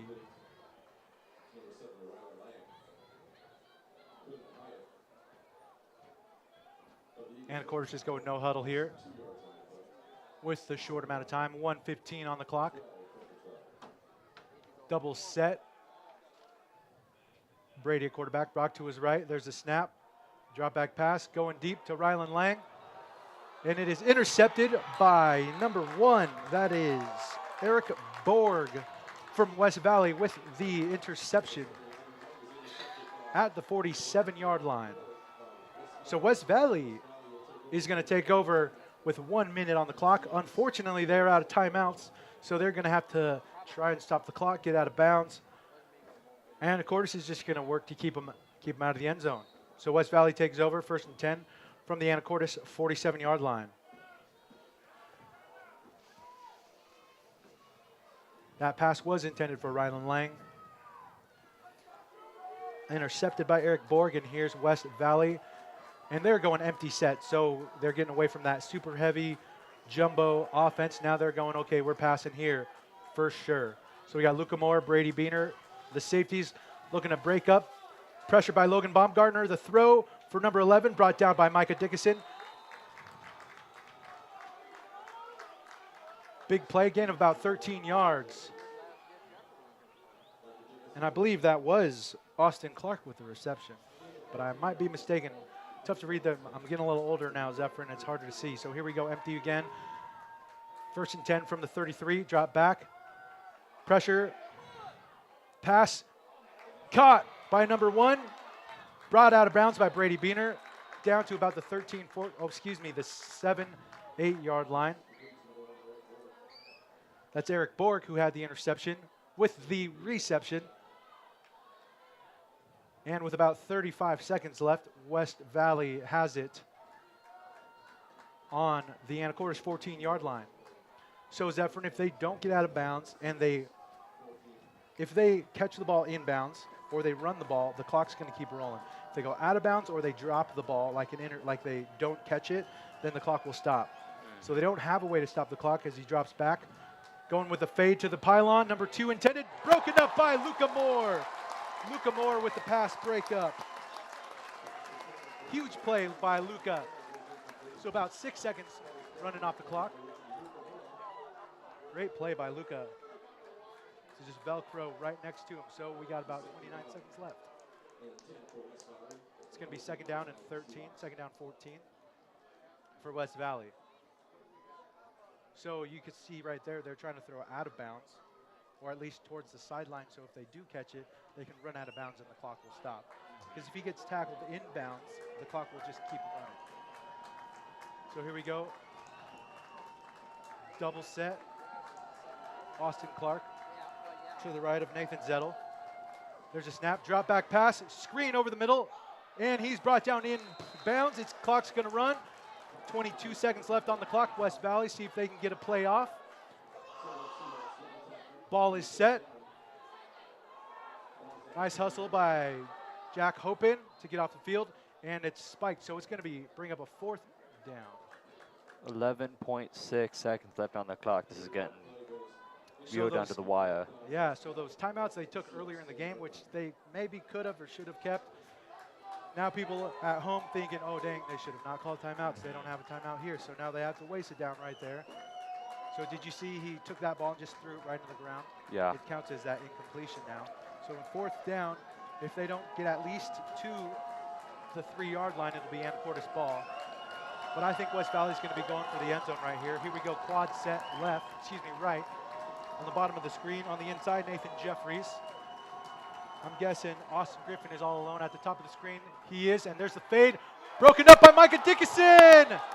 And flags are on the play. Lots of fans not happy about that, so I'd be interested to see that replay. In high school, there's no penalty called face guarding, which there is in the NFL. So if I'm defending somebody, I have to go find the ball in the NFL. I have to go look for the ball. In high school, you can just face-to-face guard them. I'd be interested to see if they call this penalty, and they do. So it's going to be half the distance. It's still 4th down. There's 6 seconds on the clock, Zephyrin. So if they don't get this, it's not going to be. They're going to be going for the end zone again right here. So that's number 5. Austin Clark is by himself at the top of the screen. 4 receivers right for Nathan Zettel. There's a snap, drop back, pressure, throw, intercepted by Micah Dickinson. He's down to the 20, and he's tackled at the 23-yard line. That's going to finish the first half. Micah Dickinson, who had the penalty, now makes a little bit up for that, gets the interception. Yes. I'm guessing he's not hurting as bad as it was looking over on the sideline earlier. There is a flag on the play.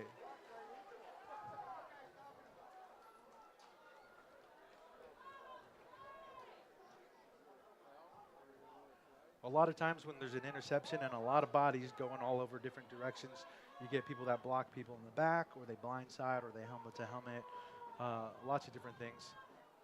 So the white hat is going over to the head coach to talk about something. I don't know. Maybe to ask what he'd like.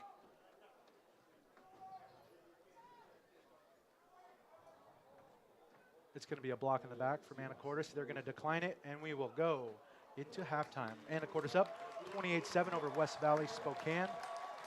28-7. And that's going to finish the half. We will see you all after this quick break for a word from our sponsors.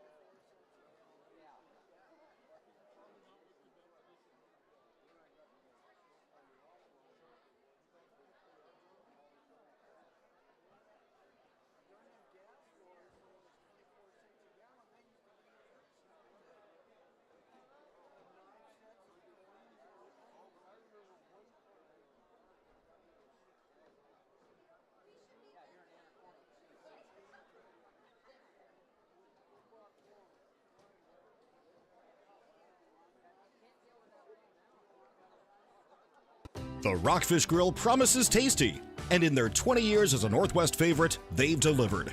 Home to their famous fish and chips, wood-fired pizza, juicy pub-style burgers, and a 7-barrel brewery that keeps the town talking. There's something for everyone at their locally owned restaurant and brewery. Outdoor seating is available, as well as many to-go options. You can even bring home cans and growlers of their select beers. For the full menu, check out their website at anacortesrockfish.com.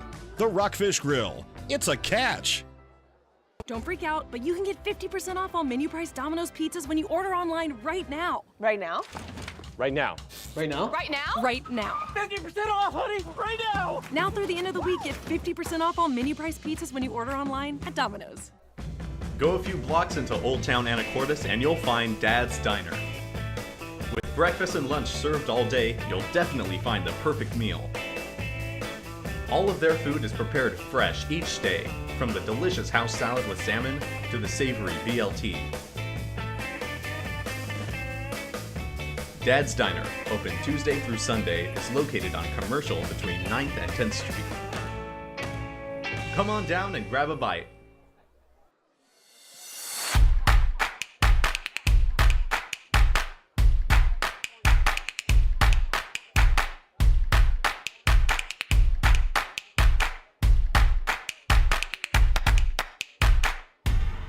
When you buy or donate items to the Kiwanis shop, you are participating in this great local effort.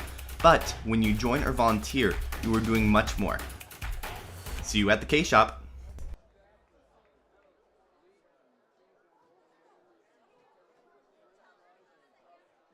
The Rockfish Grill promises tasty, and in their 20 years as a Northwest favorite, they've delivered. Home to their famous fish and chips, wood-fired pizza, juicy pub-style burgers, and a 7-barrel brewery that keeps the town talking. There's something for everyone at their locally owned restaurant and brewery. Outdoor seating is available, as well as many to-go options. You can even bring home cans and growlers of their select beers. For the full menu, check out their website at anacortesrockfish.com. The Rockfish Grill. It's a catch! Don't freak out, but you can get 50% off all menu price Domino's pizzas when you order online right now. Right now? Right now. Right now? Right now? Right now. 50% off, honey! Right now! Now through the end of the week, get 50% off all menu price pizzas when you order online at Domino's. Go a few blocks into Old Town Anacortes and you'll find Dad's Diner. With breakfast and lunch served all day, you'll definitely find the perfect meal.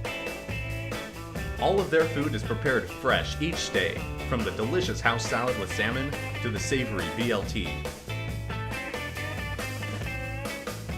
Dad's Diner, open Tuesday through Sunday, is located on Commercial between 9th and 10th Street.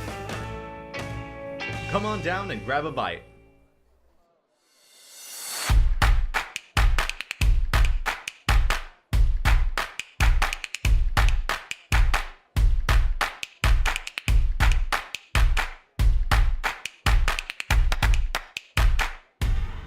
When you buy or donate items to the Kiwanis shop, you are participating in this great local effort.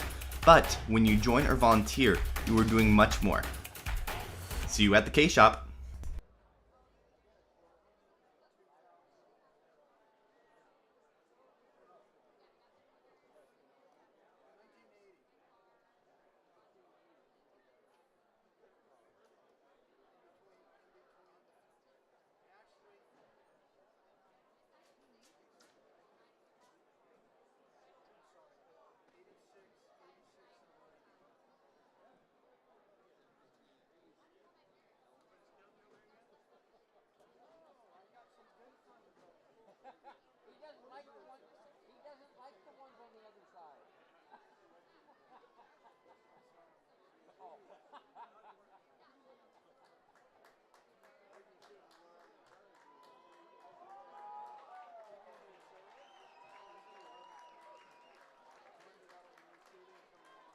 Don't freak out, but you can get The Rockfish Grill promises tasty, and in their 20 years as a Northwest favorite, they've delivered. Home to their famous fish and chips, wood-fired pizza, juicy pub-style burgers, and a 7-barrel brewery that keeps the town talking. There's something for everyone at their locally owned restaurant and brewery. Outdoor seating is available, as well as many to-go options. You can even bring home cans and growlers of their select beers. For the full menu, check out their website at anacortesrockfish.com. The Rockfish Grill. It's a catch! Don't freak out, but you can get 50% off all menu price Domino's pizzas when you order online right now. Right now? Right now. Right now? Right now? Right now. 50% off, honey! Right now! Now through the end of the week, get 50% off all menu price pizzas when you order online at Domino's. Go a few blocks into Old Town Anacortes and you'll find Dad's Diner. With breakfast and lunch served all day, you'll definitely find the perfect meal. All of their food is prepared fresh each day, from the delicious house salad with salmon to the savory BLT. Dad's Diner, open Tuesday through Sunday, is located on Commercial between 9th and 10th Street. Come on down and grab a bite.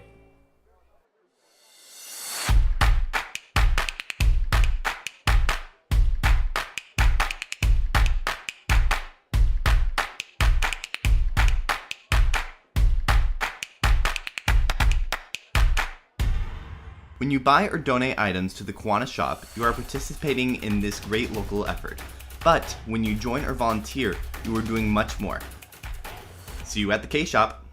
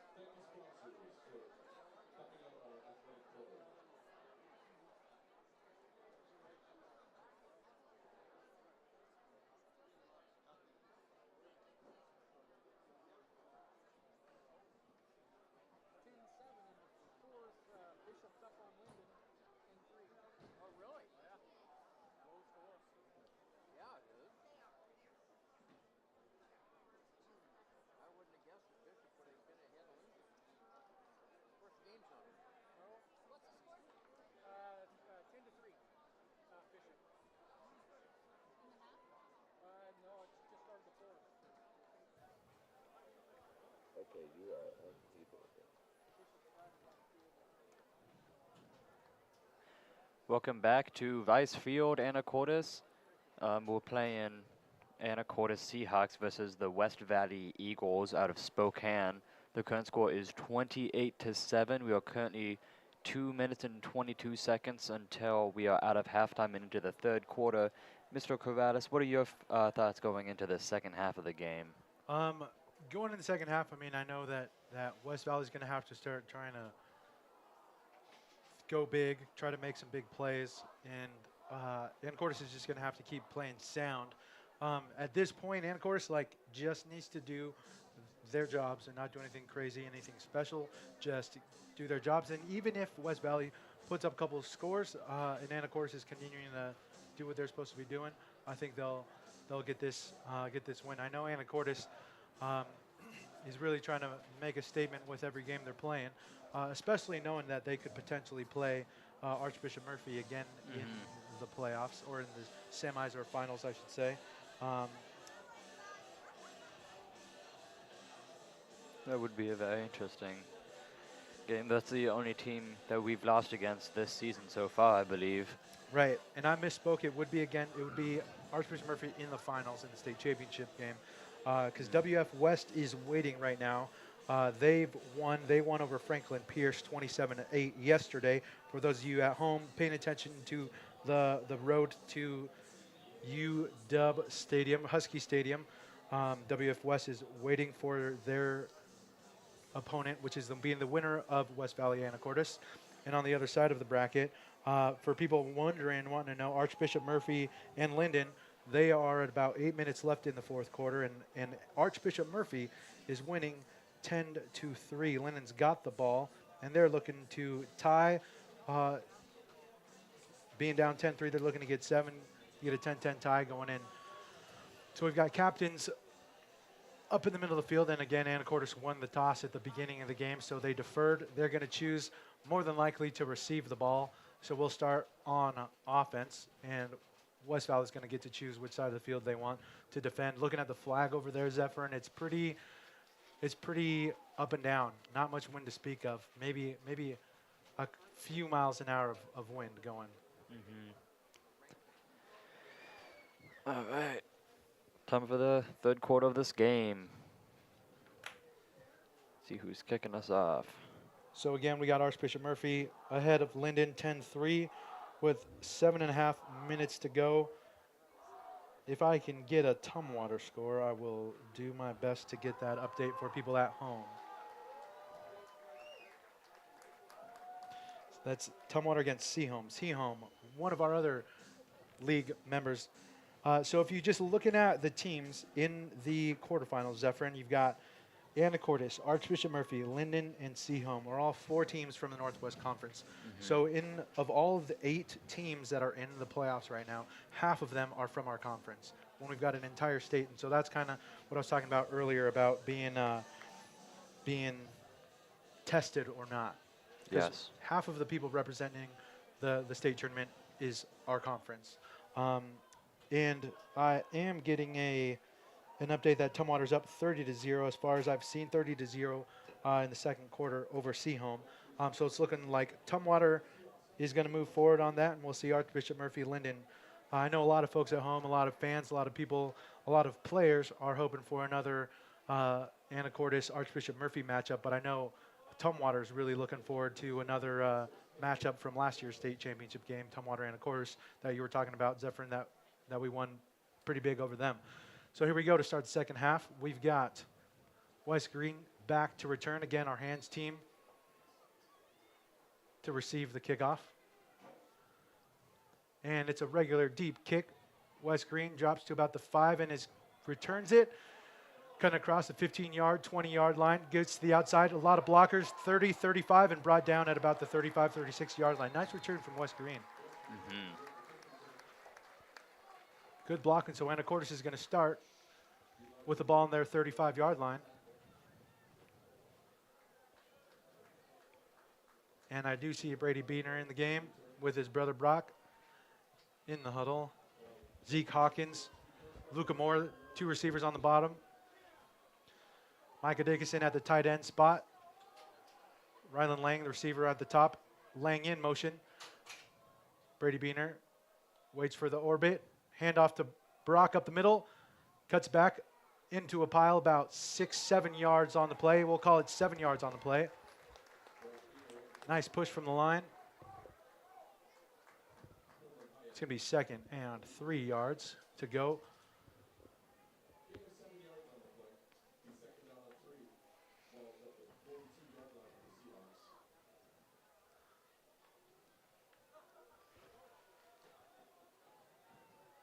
Similar formation, doubles.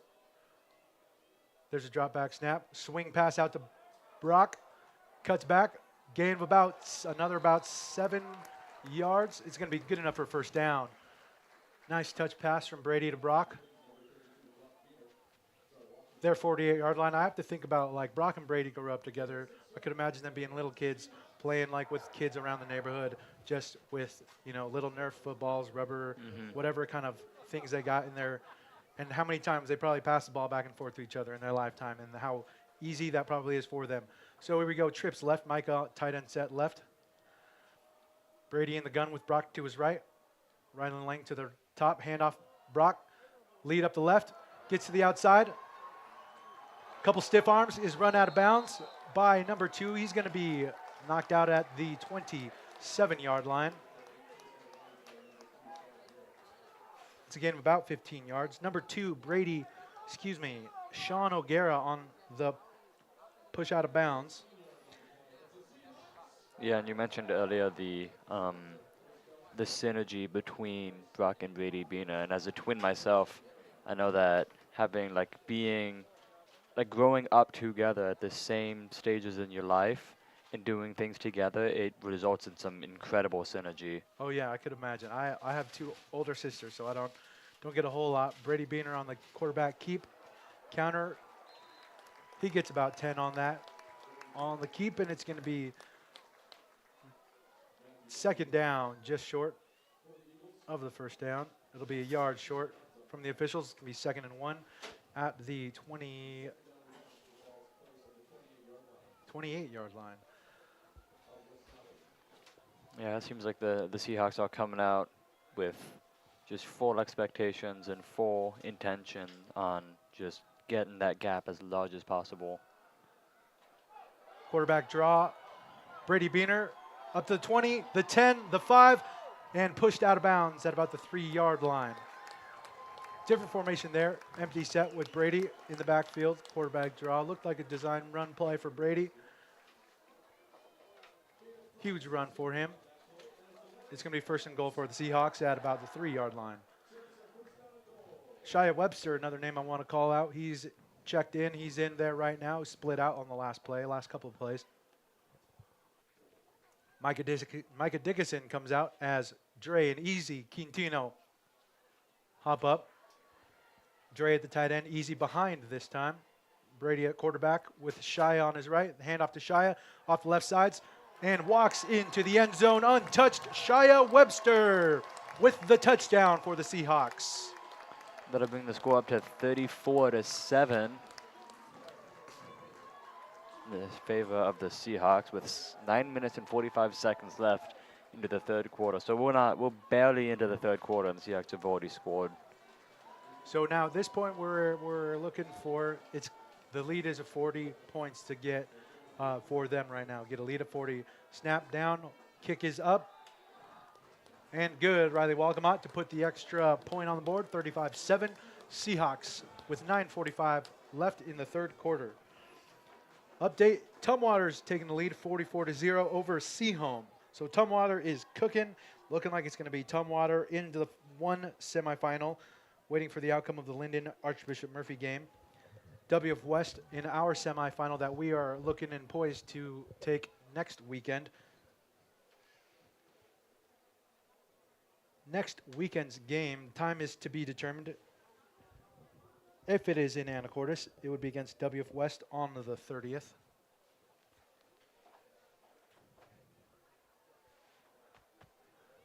One of the great benefits of being a winning team or having a good record and getting like a high seed. So Anacortes being the number 2 seed in the tournament, in the state tournament, we get the benefit of hosting all of these games. Whereas WF West, West Valley is the number 7. So because we're seated higher than them, they have to travel all the way here from Spokane. Baumgartner's kickoff is picked up at the 20, brought to the left up the middle, and he's tackled pretty hard, spun around 24. Yeah, and that seating explains a question earlier why I was wondering if we had a single state playoff game that was not at home, but you explaining that makes much more sense. And why Seahome has to go all the way down to Tumwater to play their game instead of the other way around.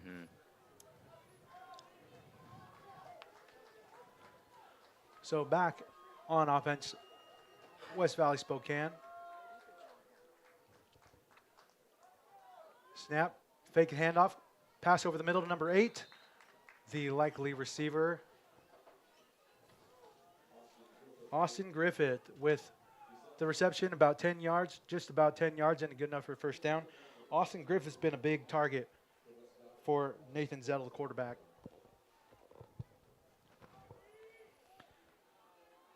And there he is again, Austin Griffith, Nathan Jeffries on the bottom, 2 receivers on the left. Snap, fake, there's the pass. Oh, just short, intended for number 11, Nathan Jeffries.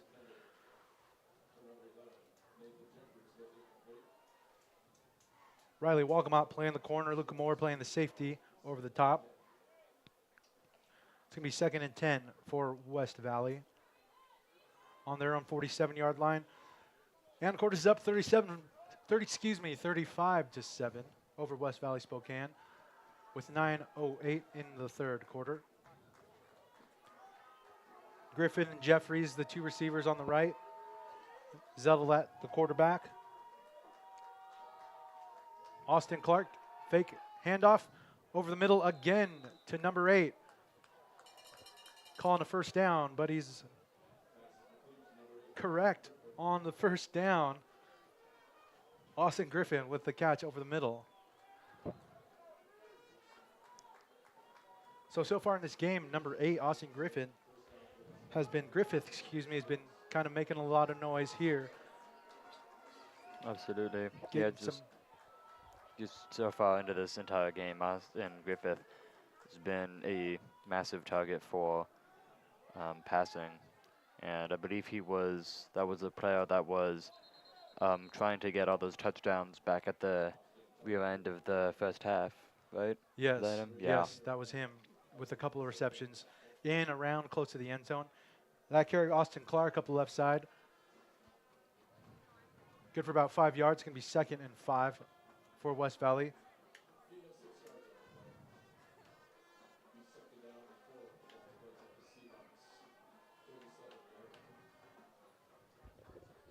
So, Zephyr, you think about like college NFL broadcasters, how they're up here and have like teams of people talking about getting information, prepping, the people doing commentary.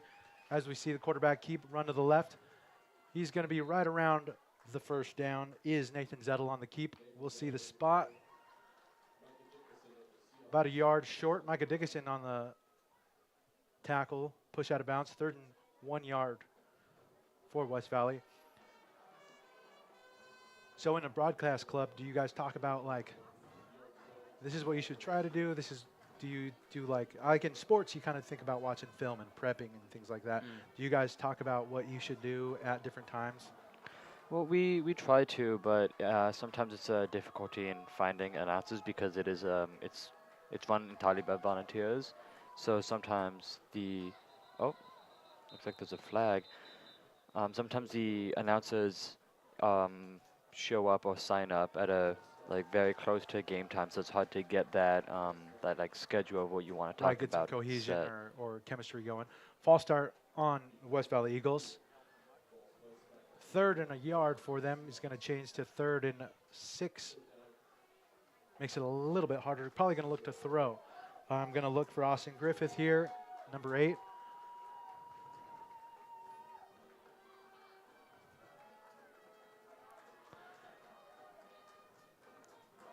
So you can see that first half, they were trying to run the ball. Now being down so much, they're trying to get the ball downfield, trying to throw a little bit.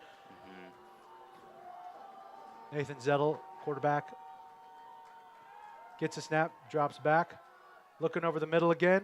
Interception, Brock Brady with the pick.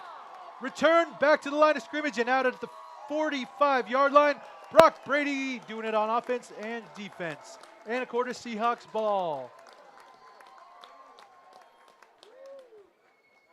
So I just knew it was a matter of time. Brock picks off the pass. Looked like it was intended for Austin Griffith, like we've been saying the whole time. Yeah. Intercepted it. It's going to be 1st and 10 for the Seahawks at the 45-yard line. Shia Webster still in at the back. Ryan Harrington, quarterback in. Trip set left. We got Lang. We got Luca. We got Zeke. Micah Dickinson on the lone spot. Fake to Shia. Looks like a missed snap, missed play, broken play. Not sure what happened. Don't know if the back went the wrong way, if Shia went the wrong direction, or if they didn't know what was going on in that play. A little bit of confusion. Some guys looking around. A little bit of harm and foul, so it's going to be a 6-yard loss. It's going to be 2nd and 16 for Ryan Harrington and the Seahawks. Again, Dickinson at the top of the screen by himself. We got Lang, Moore, and Hawkins, the receivers left. Shia gets the fake, Zeke Hawkins with the bubble screen, Lang with the block, cut by Zeke, and he's got wheels if he can get by. Getting some yardage and pushed out just inside the 30. Just dodging people, just jumping at him left and right. And Zeke is fast and also pretty agile, nimble, and he's pretty compact, so he can bounce around people pretty quick. So they mark him out at the 29-yard line. Huge gain for Zeke. I mean, Rylan Lang blocking for you is a pretty good thing. I don't know many people who are going to go through Rylan Lang, state champion wrestler, in at that receiver. So we got a tighter twins formation. Zeke Hawkins in motion, gets the jet sweep. Shia is out in front to block. Zeke taking his time, being patient, gets about a 14, 13-yard gain for him. No flags and a first down, so Zeke's starting to get his feet wet a little bit, and he's coming out of the game. Riley Walgamot is going to spell him. Going on the field, number 4. Nice run from Zeke. Good to see Shy out there, lead blocking also for him. Shy stays in at the running back position. So we got Walgamot, Luca Moore, and Rylan Lang trips left. Dickinson by himself. Harrington, the quarterback, drops back, looking left. Has time, looking for Rylan Lang, just short and skips it off the turf, incomplete. Just didn't quite have enough on it to get it to Lang. I think he would have been getting in the end zone on that one, but just a little bit short. It's going to be second and 10 for the Seahawks on the 11-yard line. Seahawks up 35-7 in the third quarter. We got 5 minutes and 9 seconds to go. Here against West Valley of Spokane. Shia Webster, the back left of Harrington. No snap. Defense held their water. Offense looking to the sideline, getting a play from coach. There's a signal. Trips left. Micah Dickinson on the right by himself. Snap, drop back pass. Harrington looking to the right for Micah. He gets up and he scores! Micah Dickinson with the backyard football catch. People would call it a moss, but not a lot of people would know the references. Micah Dickinson, he's about 6'4", 205 pounds. Yeah. And great basketball player, good friend. Great to see. Good catch from him. Nice throw from Ryan. And that's going to bring us up to 41-7 in the favor of the Seahawks. So there's I know a lot of pre-game, and that's going to be a lot of pointing going on. Yeah, Micah he's in my grade, and I don't really interact with him as much as I used to, but especially in freshman and sophomore year, he's a really good, he's a good dude. Yeah, right? I agree. I think when I think about the football players and part of the chemistry or what people appreciate about sports is there's a lot of sports or a lot of athletes can get either positive or negative stereotypes. And sometimes you get people who I don't want to do or support, but Mike is definitely someone who he brings, and we got the 2-point conversion. Rylan Lang with the chuck up, pray for it, caught in the end zone. Way to make a play. But my guess is there was a lineman downfield. There's a flag on the play. It's pretty rare you can have that much running around and not have a lineman downfield. But I want to keep talking about that, Zephyr, once we figure out what's going on by the white hat. So it's going to be an illegal procedure. Somebody wasn't doing something wrong. It wasn't necessarily a false start because the play went on. Illegal procedure. Someone, either a couple guys off the line, weren't supposed to be. But yeah, Micah is one of those guys that I think he breathes positivity, makes people want to watch and know that person on the field. Yeah. Not just Micah, but there's a lot of dudes on the team that breathe that in to the team. Brock and Brady, they're two guys that are. It would be really easy for them to kind of not want to do anything with anybody or have nothing to do with anybody. They're incredible athletes, but having had them in class and knowing who they are, they're good dudes, and so I'm glad they're representing. The Quintino brothers, Dre and Easy. I see them. They say hi. It's been great. So here we are back at the regular PAT. Walgamot, the kick is up, and it's no good. So all of that said and done, a little bit of extra football, no extra point. So we're going to stay at 41-7, Anacortes Seahawks over the West Valley Eagles with 5 minutes to go in the third quarter. And what you were saying earlier about the Brock and Brady being so highly praised as athletes, and you would think that they wouldn't want to have to do anything with other people. My experience with pretty much every single one of the football players is that they're all extremely, extremely humble. Whenever I see them at school, they're always hanging out with everybody else, hanging out with each other, and it's not like they're just these people who are placed on a pedestal. They're other actual people like us, right. And it's really nice to see that their skill and their praise as athletes doesn't get to their head. And it's something that I wouldn't say was missing here, but it just wasn't as present in the past few years have been great. with Coach Ports, Coach Anderson, who's gone. Here we got the pooch kick from Logan Baumgartner. It's caught at the 20, 25, and tackled. I wouldn't say that there was like a turnaround, but there's just been a huge improvement over the last few years of the dudes playing in the game, and that you see it in the lunchroom or you see around town. They're people you want to talk to and hang out with, not like, oh, that guy's a jerk. You know, things you can see on lots of football teams everywhere.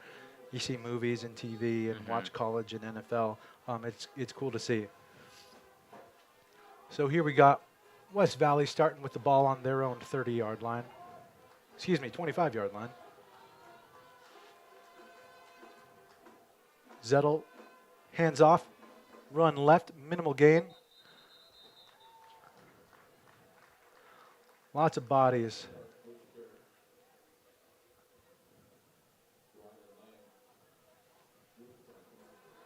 That's going to be about a gain of 3. 3 for Austin Clark. Toby Escada is getting a lot of love and attention over there. You saw him get kind of blown up, but they've got 2 or 3 guys trying to move him back. He's having a good game, and he's got that what looks to be a hockey glove on his hand. The hamburger helper. Second and 7 for West Valley. 41-7, 4 minutes to go in the third quarter. Fake quarterback looking to screen out of the backfield pass. Pushed out at the 46-yard line.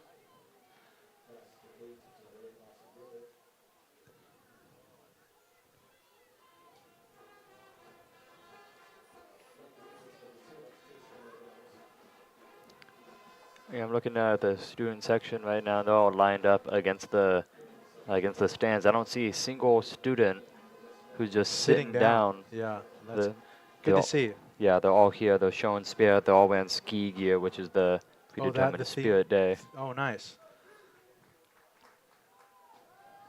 It's a pass thrown high up into the air, intended for Austin Griffith. Luca Moore on the coverage, just a little overthrown. Good coverage by Luca Moore. It's definitely a nice change being inside than being outside up in the last week, like I said earlier. Absolutely. And I think that also might be part of what determined the Spirit Day for today's ski gear, because they were anticipating some bad weather. Compared to last week, which I believe was camouflage. So we got Tumwaters up huge over Seaholm. So barring anything crazy, they're up 51-0. If I can get the final score or an update for Archbishop Murphy Linden, I'll let you all know at home. 2nd and 10 for West Valley. Handoff. Number 5, Austin Clark runs, breaks a few tackles, gets tackled about gain of 7 for Austin Clark. He's been having a lot of hard work, tough runs. He's getting hit high and low. 6 yards, we'll call it. Logan Baumgartner checks out, and Toby Escada's back in. Toby's joining Easy Quintino at the D tackle spots with Makai Kilgore at the nose. I mean, Makai's not a huge dude, but he's fast, strong, and he's kind of getting by guys trying to block him. Absolutely. Behind him, you got Jack Hopen and T.O. Tyler Olson holding down the middle, flying around, making plays. Ooh. Looked like that. Ooh, it's going to be an offsides call.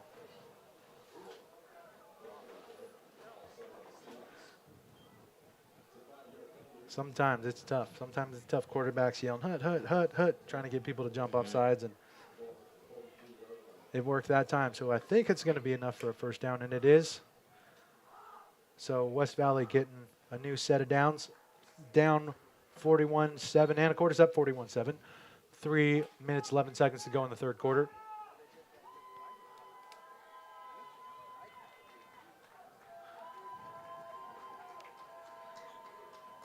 Luca Moore, Brady Boehner, the safety still. Micah Dickinson, Zeke Hawkins, the other corner. Nathan Zettel dropping back, laying on the pressure. Zettel drops, Booten throws it out of bounds. Flag is on the play. There is a flag. Looks like Vineland tried to tackle that ball before he had a chance to throw it. He missed the tackle, but I think he was able to stall out long enough so that the carry didn't have. Didn't have a good throw. I had to just throw it out of bounds. And if you throw it out of bounds, same thing. Zephyrin is kind of like resetting. So he was back, Right. 15, 20 yards. And if you throw it out of bounds, it counts the same way. It's going to be a hold on the offense. So that's a 10-yard penalty on West Valley. But they get to redo the down. So they get penalized 10 yards and get to start back at 1. Ooh. Wow. The update is Archbishop Murphy. I believe. I would love to have a text or someone who's listening or calling.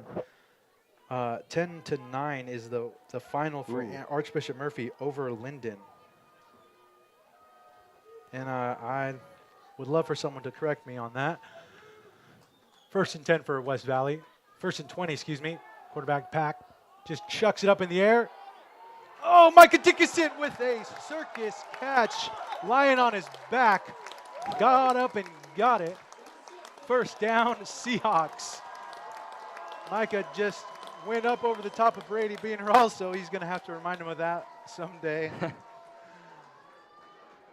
Over the receiver, Ian Brady. Tapped it up to himself, fell and caught it. So the Seahawks will take over. I mean, if someone had that, that would be a good ESPN send in top 10 plays right there. The band, cheer, and student section all having a field day out there.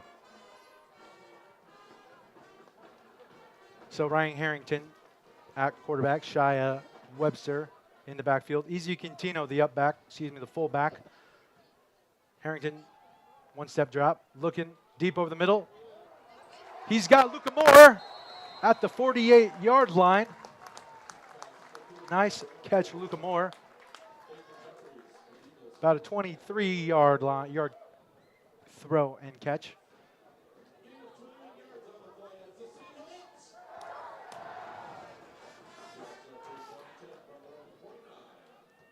Zeke Hawkins, lone receiver on the bottom.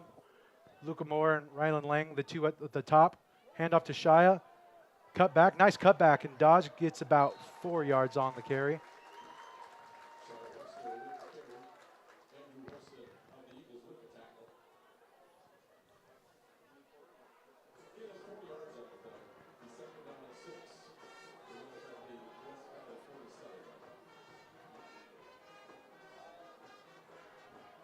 Same receivers in the formation. Out of the pistol, Ryan Harrington gets a snap. Hand off to Shia, off tackle right. And he's kind of met at the backfield, gets drugged down for no gain. 1 yard on the carry. It's going to be 3rd and 5. 3rd and 5 for the Seahawks. Same offense out on the field. Easy switches over to the right side. That tight end spot. Lang and Moore at the top. Zeke alone on the bottom out of the pistol. Harrington looks for the call. The check. Shia steps up left of Harrington. Drop back pass. He's got 2 guys down deep. Luca Moore with, marked incomplete. Luca Moore. He caught it. All right. The referee was making it look like it was dropped. Seemingly on the 25-yard line, I think it looks like from up here. It's going to be at the 24-yard line. 24. The depth perception isn't really up to standard, so it's hard for me to keep track of all that. Brock Beaner in the backfield. Ryan Harrington looking around, thrown over the middle. Rylan Lang alone in the end zone. Touchdown. Touchdown. Rylan Lang over the middle. Going to bring us up to 47-7. Seahawks with a 40-point lead over West Valley High School.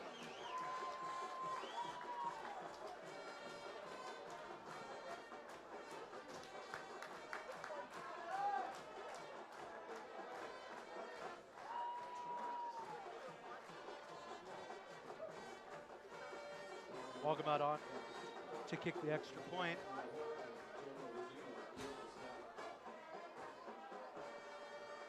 This time it is up and good. Rylan Lang who scored the touchdown, also held the snap. 48-7 is your score with 44 seconds to go in the third quarter. Anacortes on top.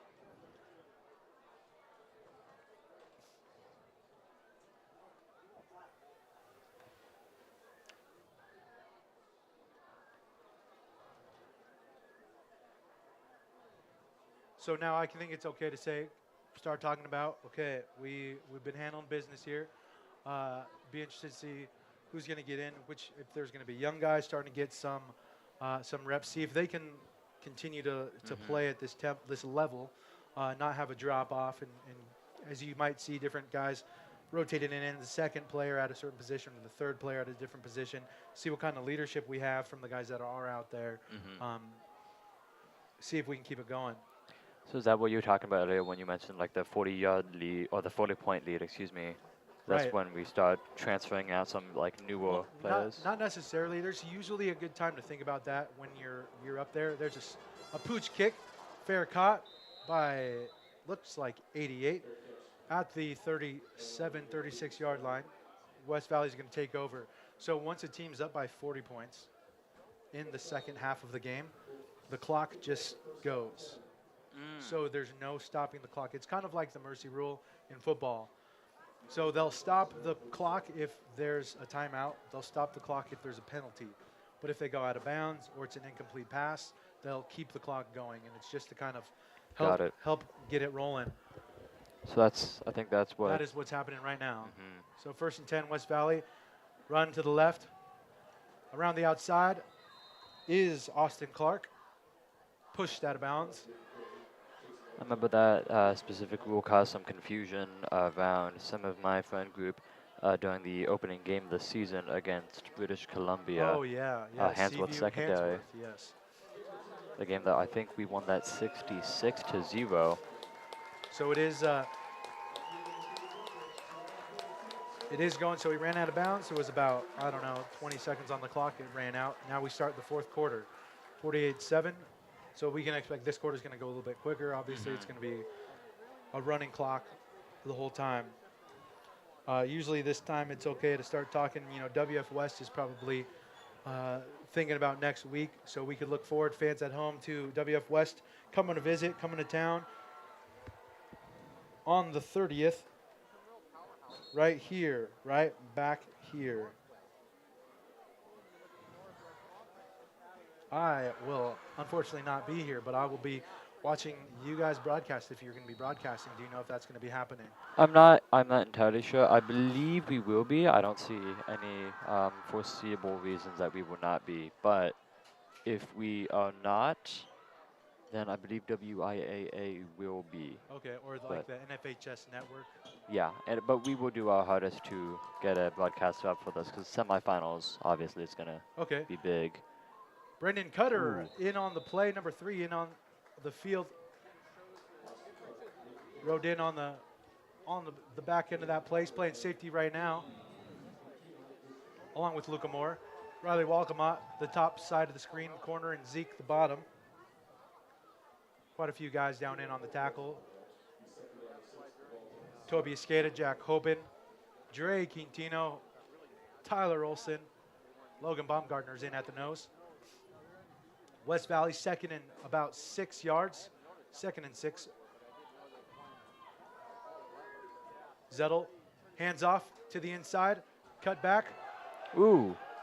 Austin Clark just had a lot of green grass in front of him, just brought down.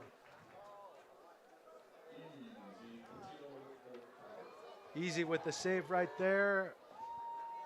It's going to be first down for West Valley. Miguel Maldonado is also in at the DN spot right now. Good to see him up in there.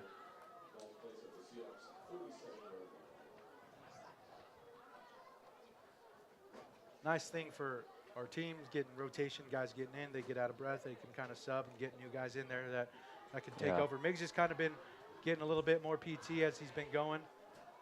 The sophomore playing that outside linebacker position. Zettel at quarterback. Austin Clark still in there, gets the handoff. Is Clark up the left side, bounces around outside and runs out at about the 36-yard line. people in the student section are currently spinning in circles, led by the cheer squad. I know the cheer team this year has been exceptional.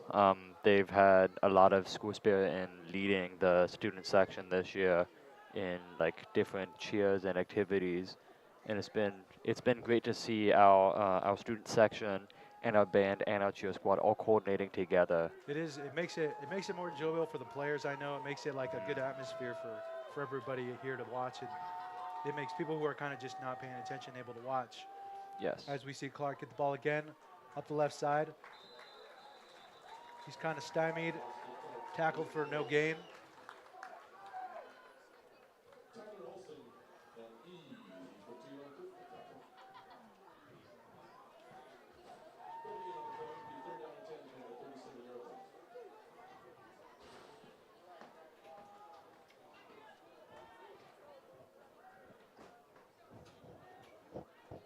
(48-7) is your score. 9 minutes to go in the game. Anacortes on top over West Valley Spokane.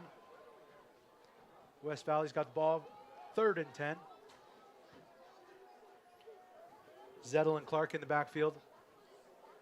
Zettel the snap, the fake. He's running. Chased down by Quintino.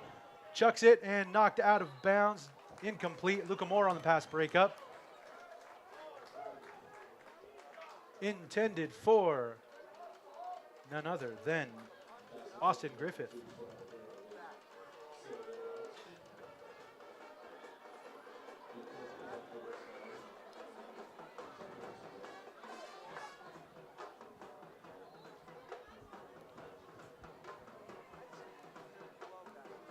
It's definitely a culture in Anacortes Zephyr, would you say? You know, in activities that are happening, there's a nice culture, I think, between, you know, the administrators, like our principal, assistant principal, the Spirit Week stuff, just a lot of things happening at the high school, especially like during COVID was really hard. Yeah.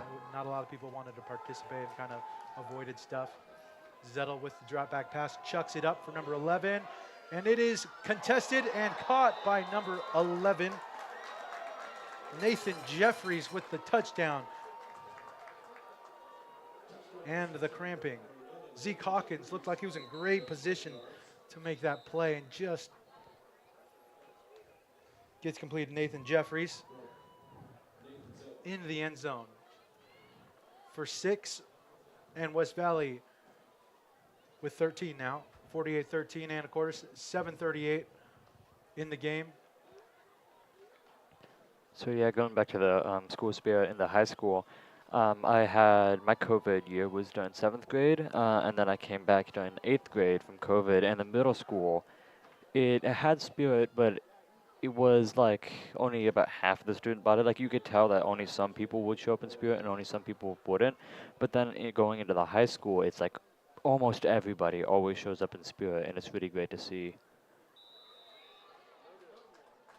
The snap, hold, kick is no good. Player down for West Valley. Couldn't tell it was the snapper or the holder, or the kicker, excuse me. Everybody walks back to their sideline.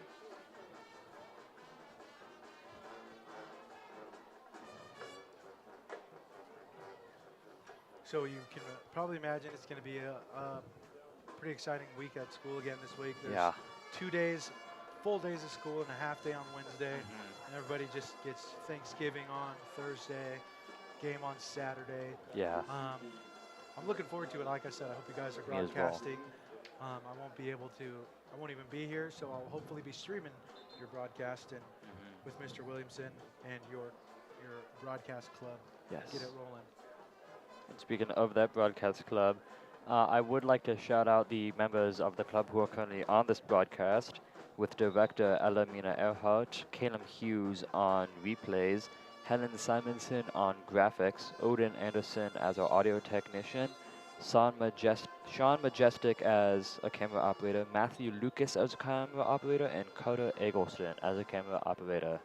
I want to thank you all, because none of this that the audience is seeing right now would be possible without any of you. I know a lot of people kind of take for granted, like what goes into production and broadcasting, and how many things have to work. Yeah. And part of the reason no one really thinks about it is because you guys make it look easy. Kick is picked up by, looks like Lang. Nope, that's 3. Brendan Cutter, and he takes it out of bounds at about the 46-yard line. Brendan Cutter with a nice pickup.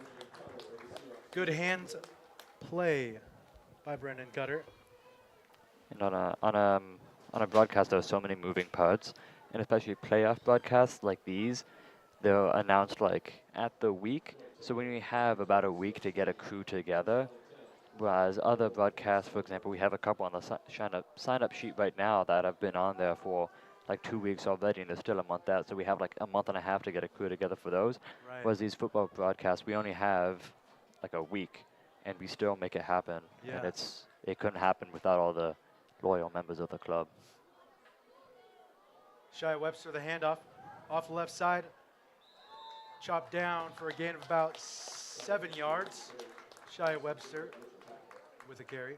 Harrington still at quarterback. A couple other receivers in the game. Brendan Cutter still in. Number 3, Brendan Cutter. 5, Miggs Maldonado. As we've got Cutter and Miggs at the bottom of your screen. Zeke Hawkins at the top. And Wes Green, the other receiver. Pass to Miggs, complete and brought down. Nice catch, Miggs. They're going to give him 9 yards. That's a first down inside the 40-yard line for Anacortes. Miggs, another wrestler. Ryland Lang state champ last year, looking to repeat this year. Miggs Maldonado looking to add to that. Makai Kilgore, other wrestlers. If people are watching and they're not wrestling, right now it's wrestling season. So we're looking forward to these guys getting in the mat room with us. Cutter goes in motion. Harrington the snap, hand off to Shia up to the right side. Nice blocking. Cuts it up and gets about 8 on that play. Nice run by Shia. I saw 70 flash across the screen. Eric Pedrisco laying the hammer, hopefully trying to get him out to do wrestling too. He's a junior and he's thinking about it, but I think if he got some peer pressure, he might do it. They're gonna give him 9 and say call it 2nd and 1 yard for Anacortes. 5:15 left to go in the game. Green and Hawkins at the top of the screen. Cutter in motion. Hand off Shia Webster, chop down right up the middle for a no gain. I think that's number 9. That will be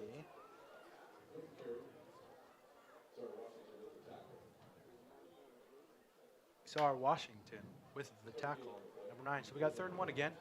Harrington gets the play, checking in for Anacortes. Number 11, that's Jacob Roethlisberger. And Mr. Corrales, you are involved in the wrestling program, right? I believe you're like one of the head honchos there? I wouldn't say head honchos. I just kind of help out and teach people some things. So we got an offsides from West Valley. So just like we had offsides, they got one too and gives us a first down. It's going to be first down for Anacortes after the penalty. So wrestling and then the other club, the Trap Club, which I think you are going to be doing this year, yes, or thinking about it? I'm thinking about it very hard. Okay, I know Odin, who is also in the broadcast club, has been thinking about it, and it's definitely been growing too. We had 18 students last year in the Trap Club at AHS, so we're hoping to keep growing. Bunch formation left. Zeke, Cutter, and Green. Harrington left, speed option left, pitches to Shia, bounces outside, trying to get to the corner, does not get there.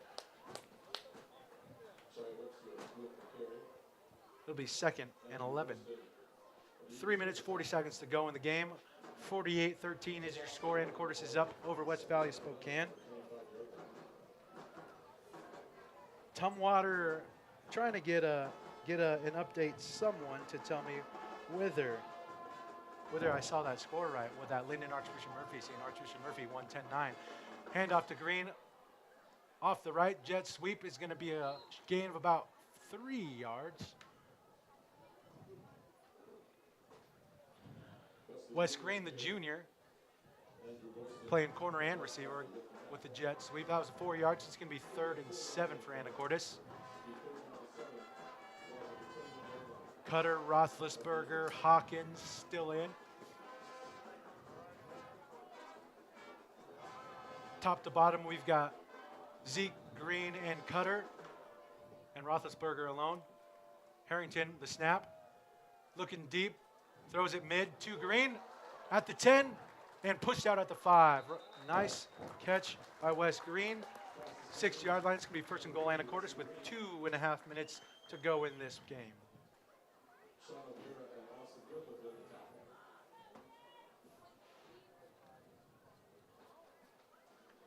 Gain of 16 yards on the play, and it's the Seahawks. Seahawks are first down goal from the 5-yard line.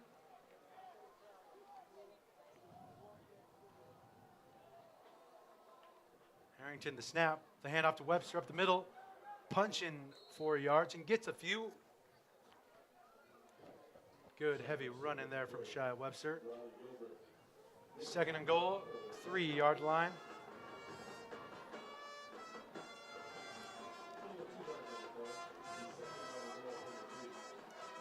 Like to see Toby Esqueda, Eric Pedrisco carving some way. Makai Kilgore, Harrington, quarterback snap.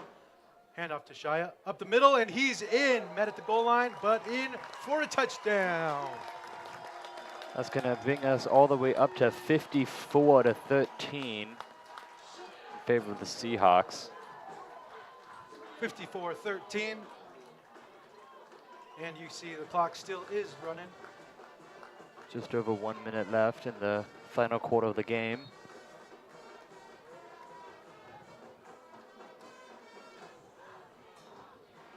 It's definitely a tough place to be because West Valley Spokane is 6+ hours from here, and for them to go home and it's a long bus ride to go back right now, and so it's probably super bittersweet to congratulate them on an 11 season, and 1 now season is pretty awesome for them to get. But it does just go to show you the competition in the Northwest Conference. Snap.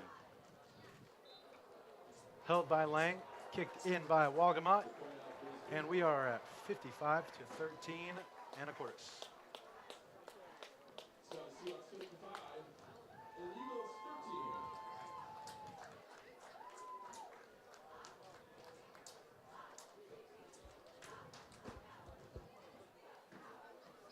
13. So we're looking at what is likely the last kickoff of this game.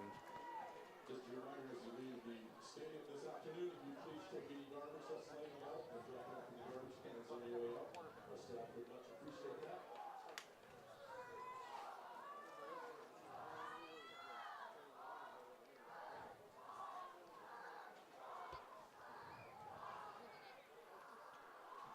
$50 seconds left to go in this game.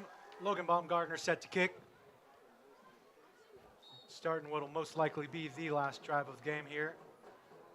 His kick deep, caught at about the 3-yard line, brought forward. Number 8 returning up to the 25 and tackled by a swarm of players. Brendan Cutter in on that tackle. Brendan Cutter and Wyatt Vespley with the tackle. Austin Griffith on that return. Wyatt Mespley got to getting to call his name out too. Sophomore Wyatt in on the tackle with Brendan. 20 seconds left for West Valley. We'll see if they decide to run a play or not.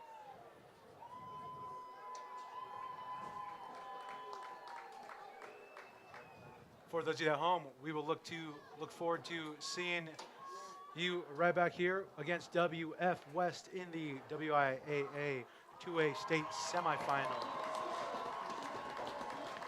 And I don't have confirmation that we're broadcasting that one, but I think it's probably a pretty safe bet to assume that we will be. I don't foresee any problems with getting a crew together. I imagine people are very excited about this.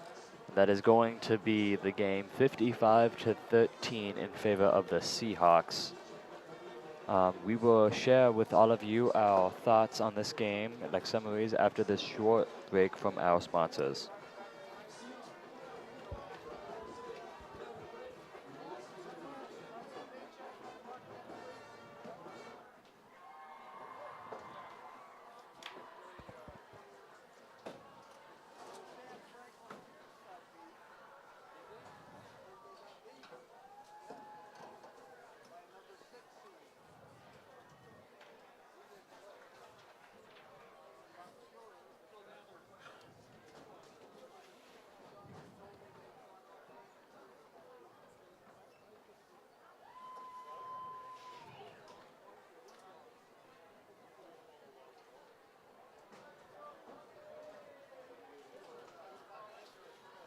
If you're still with us, live, the big blowout win for Anacortes over West Valley Spokane, 55-13.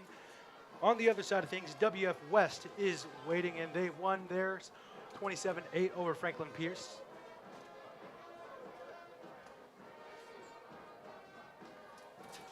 I guess we're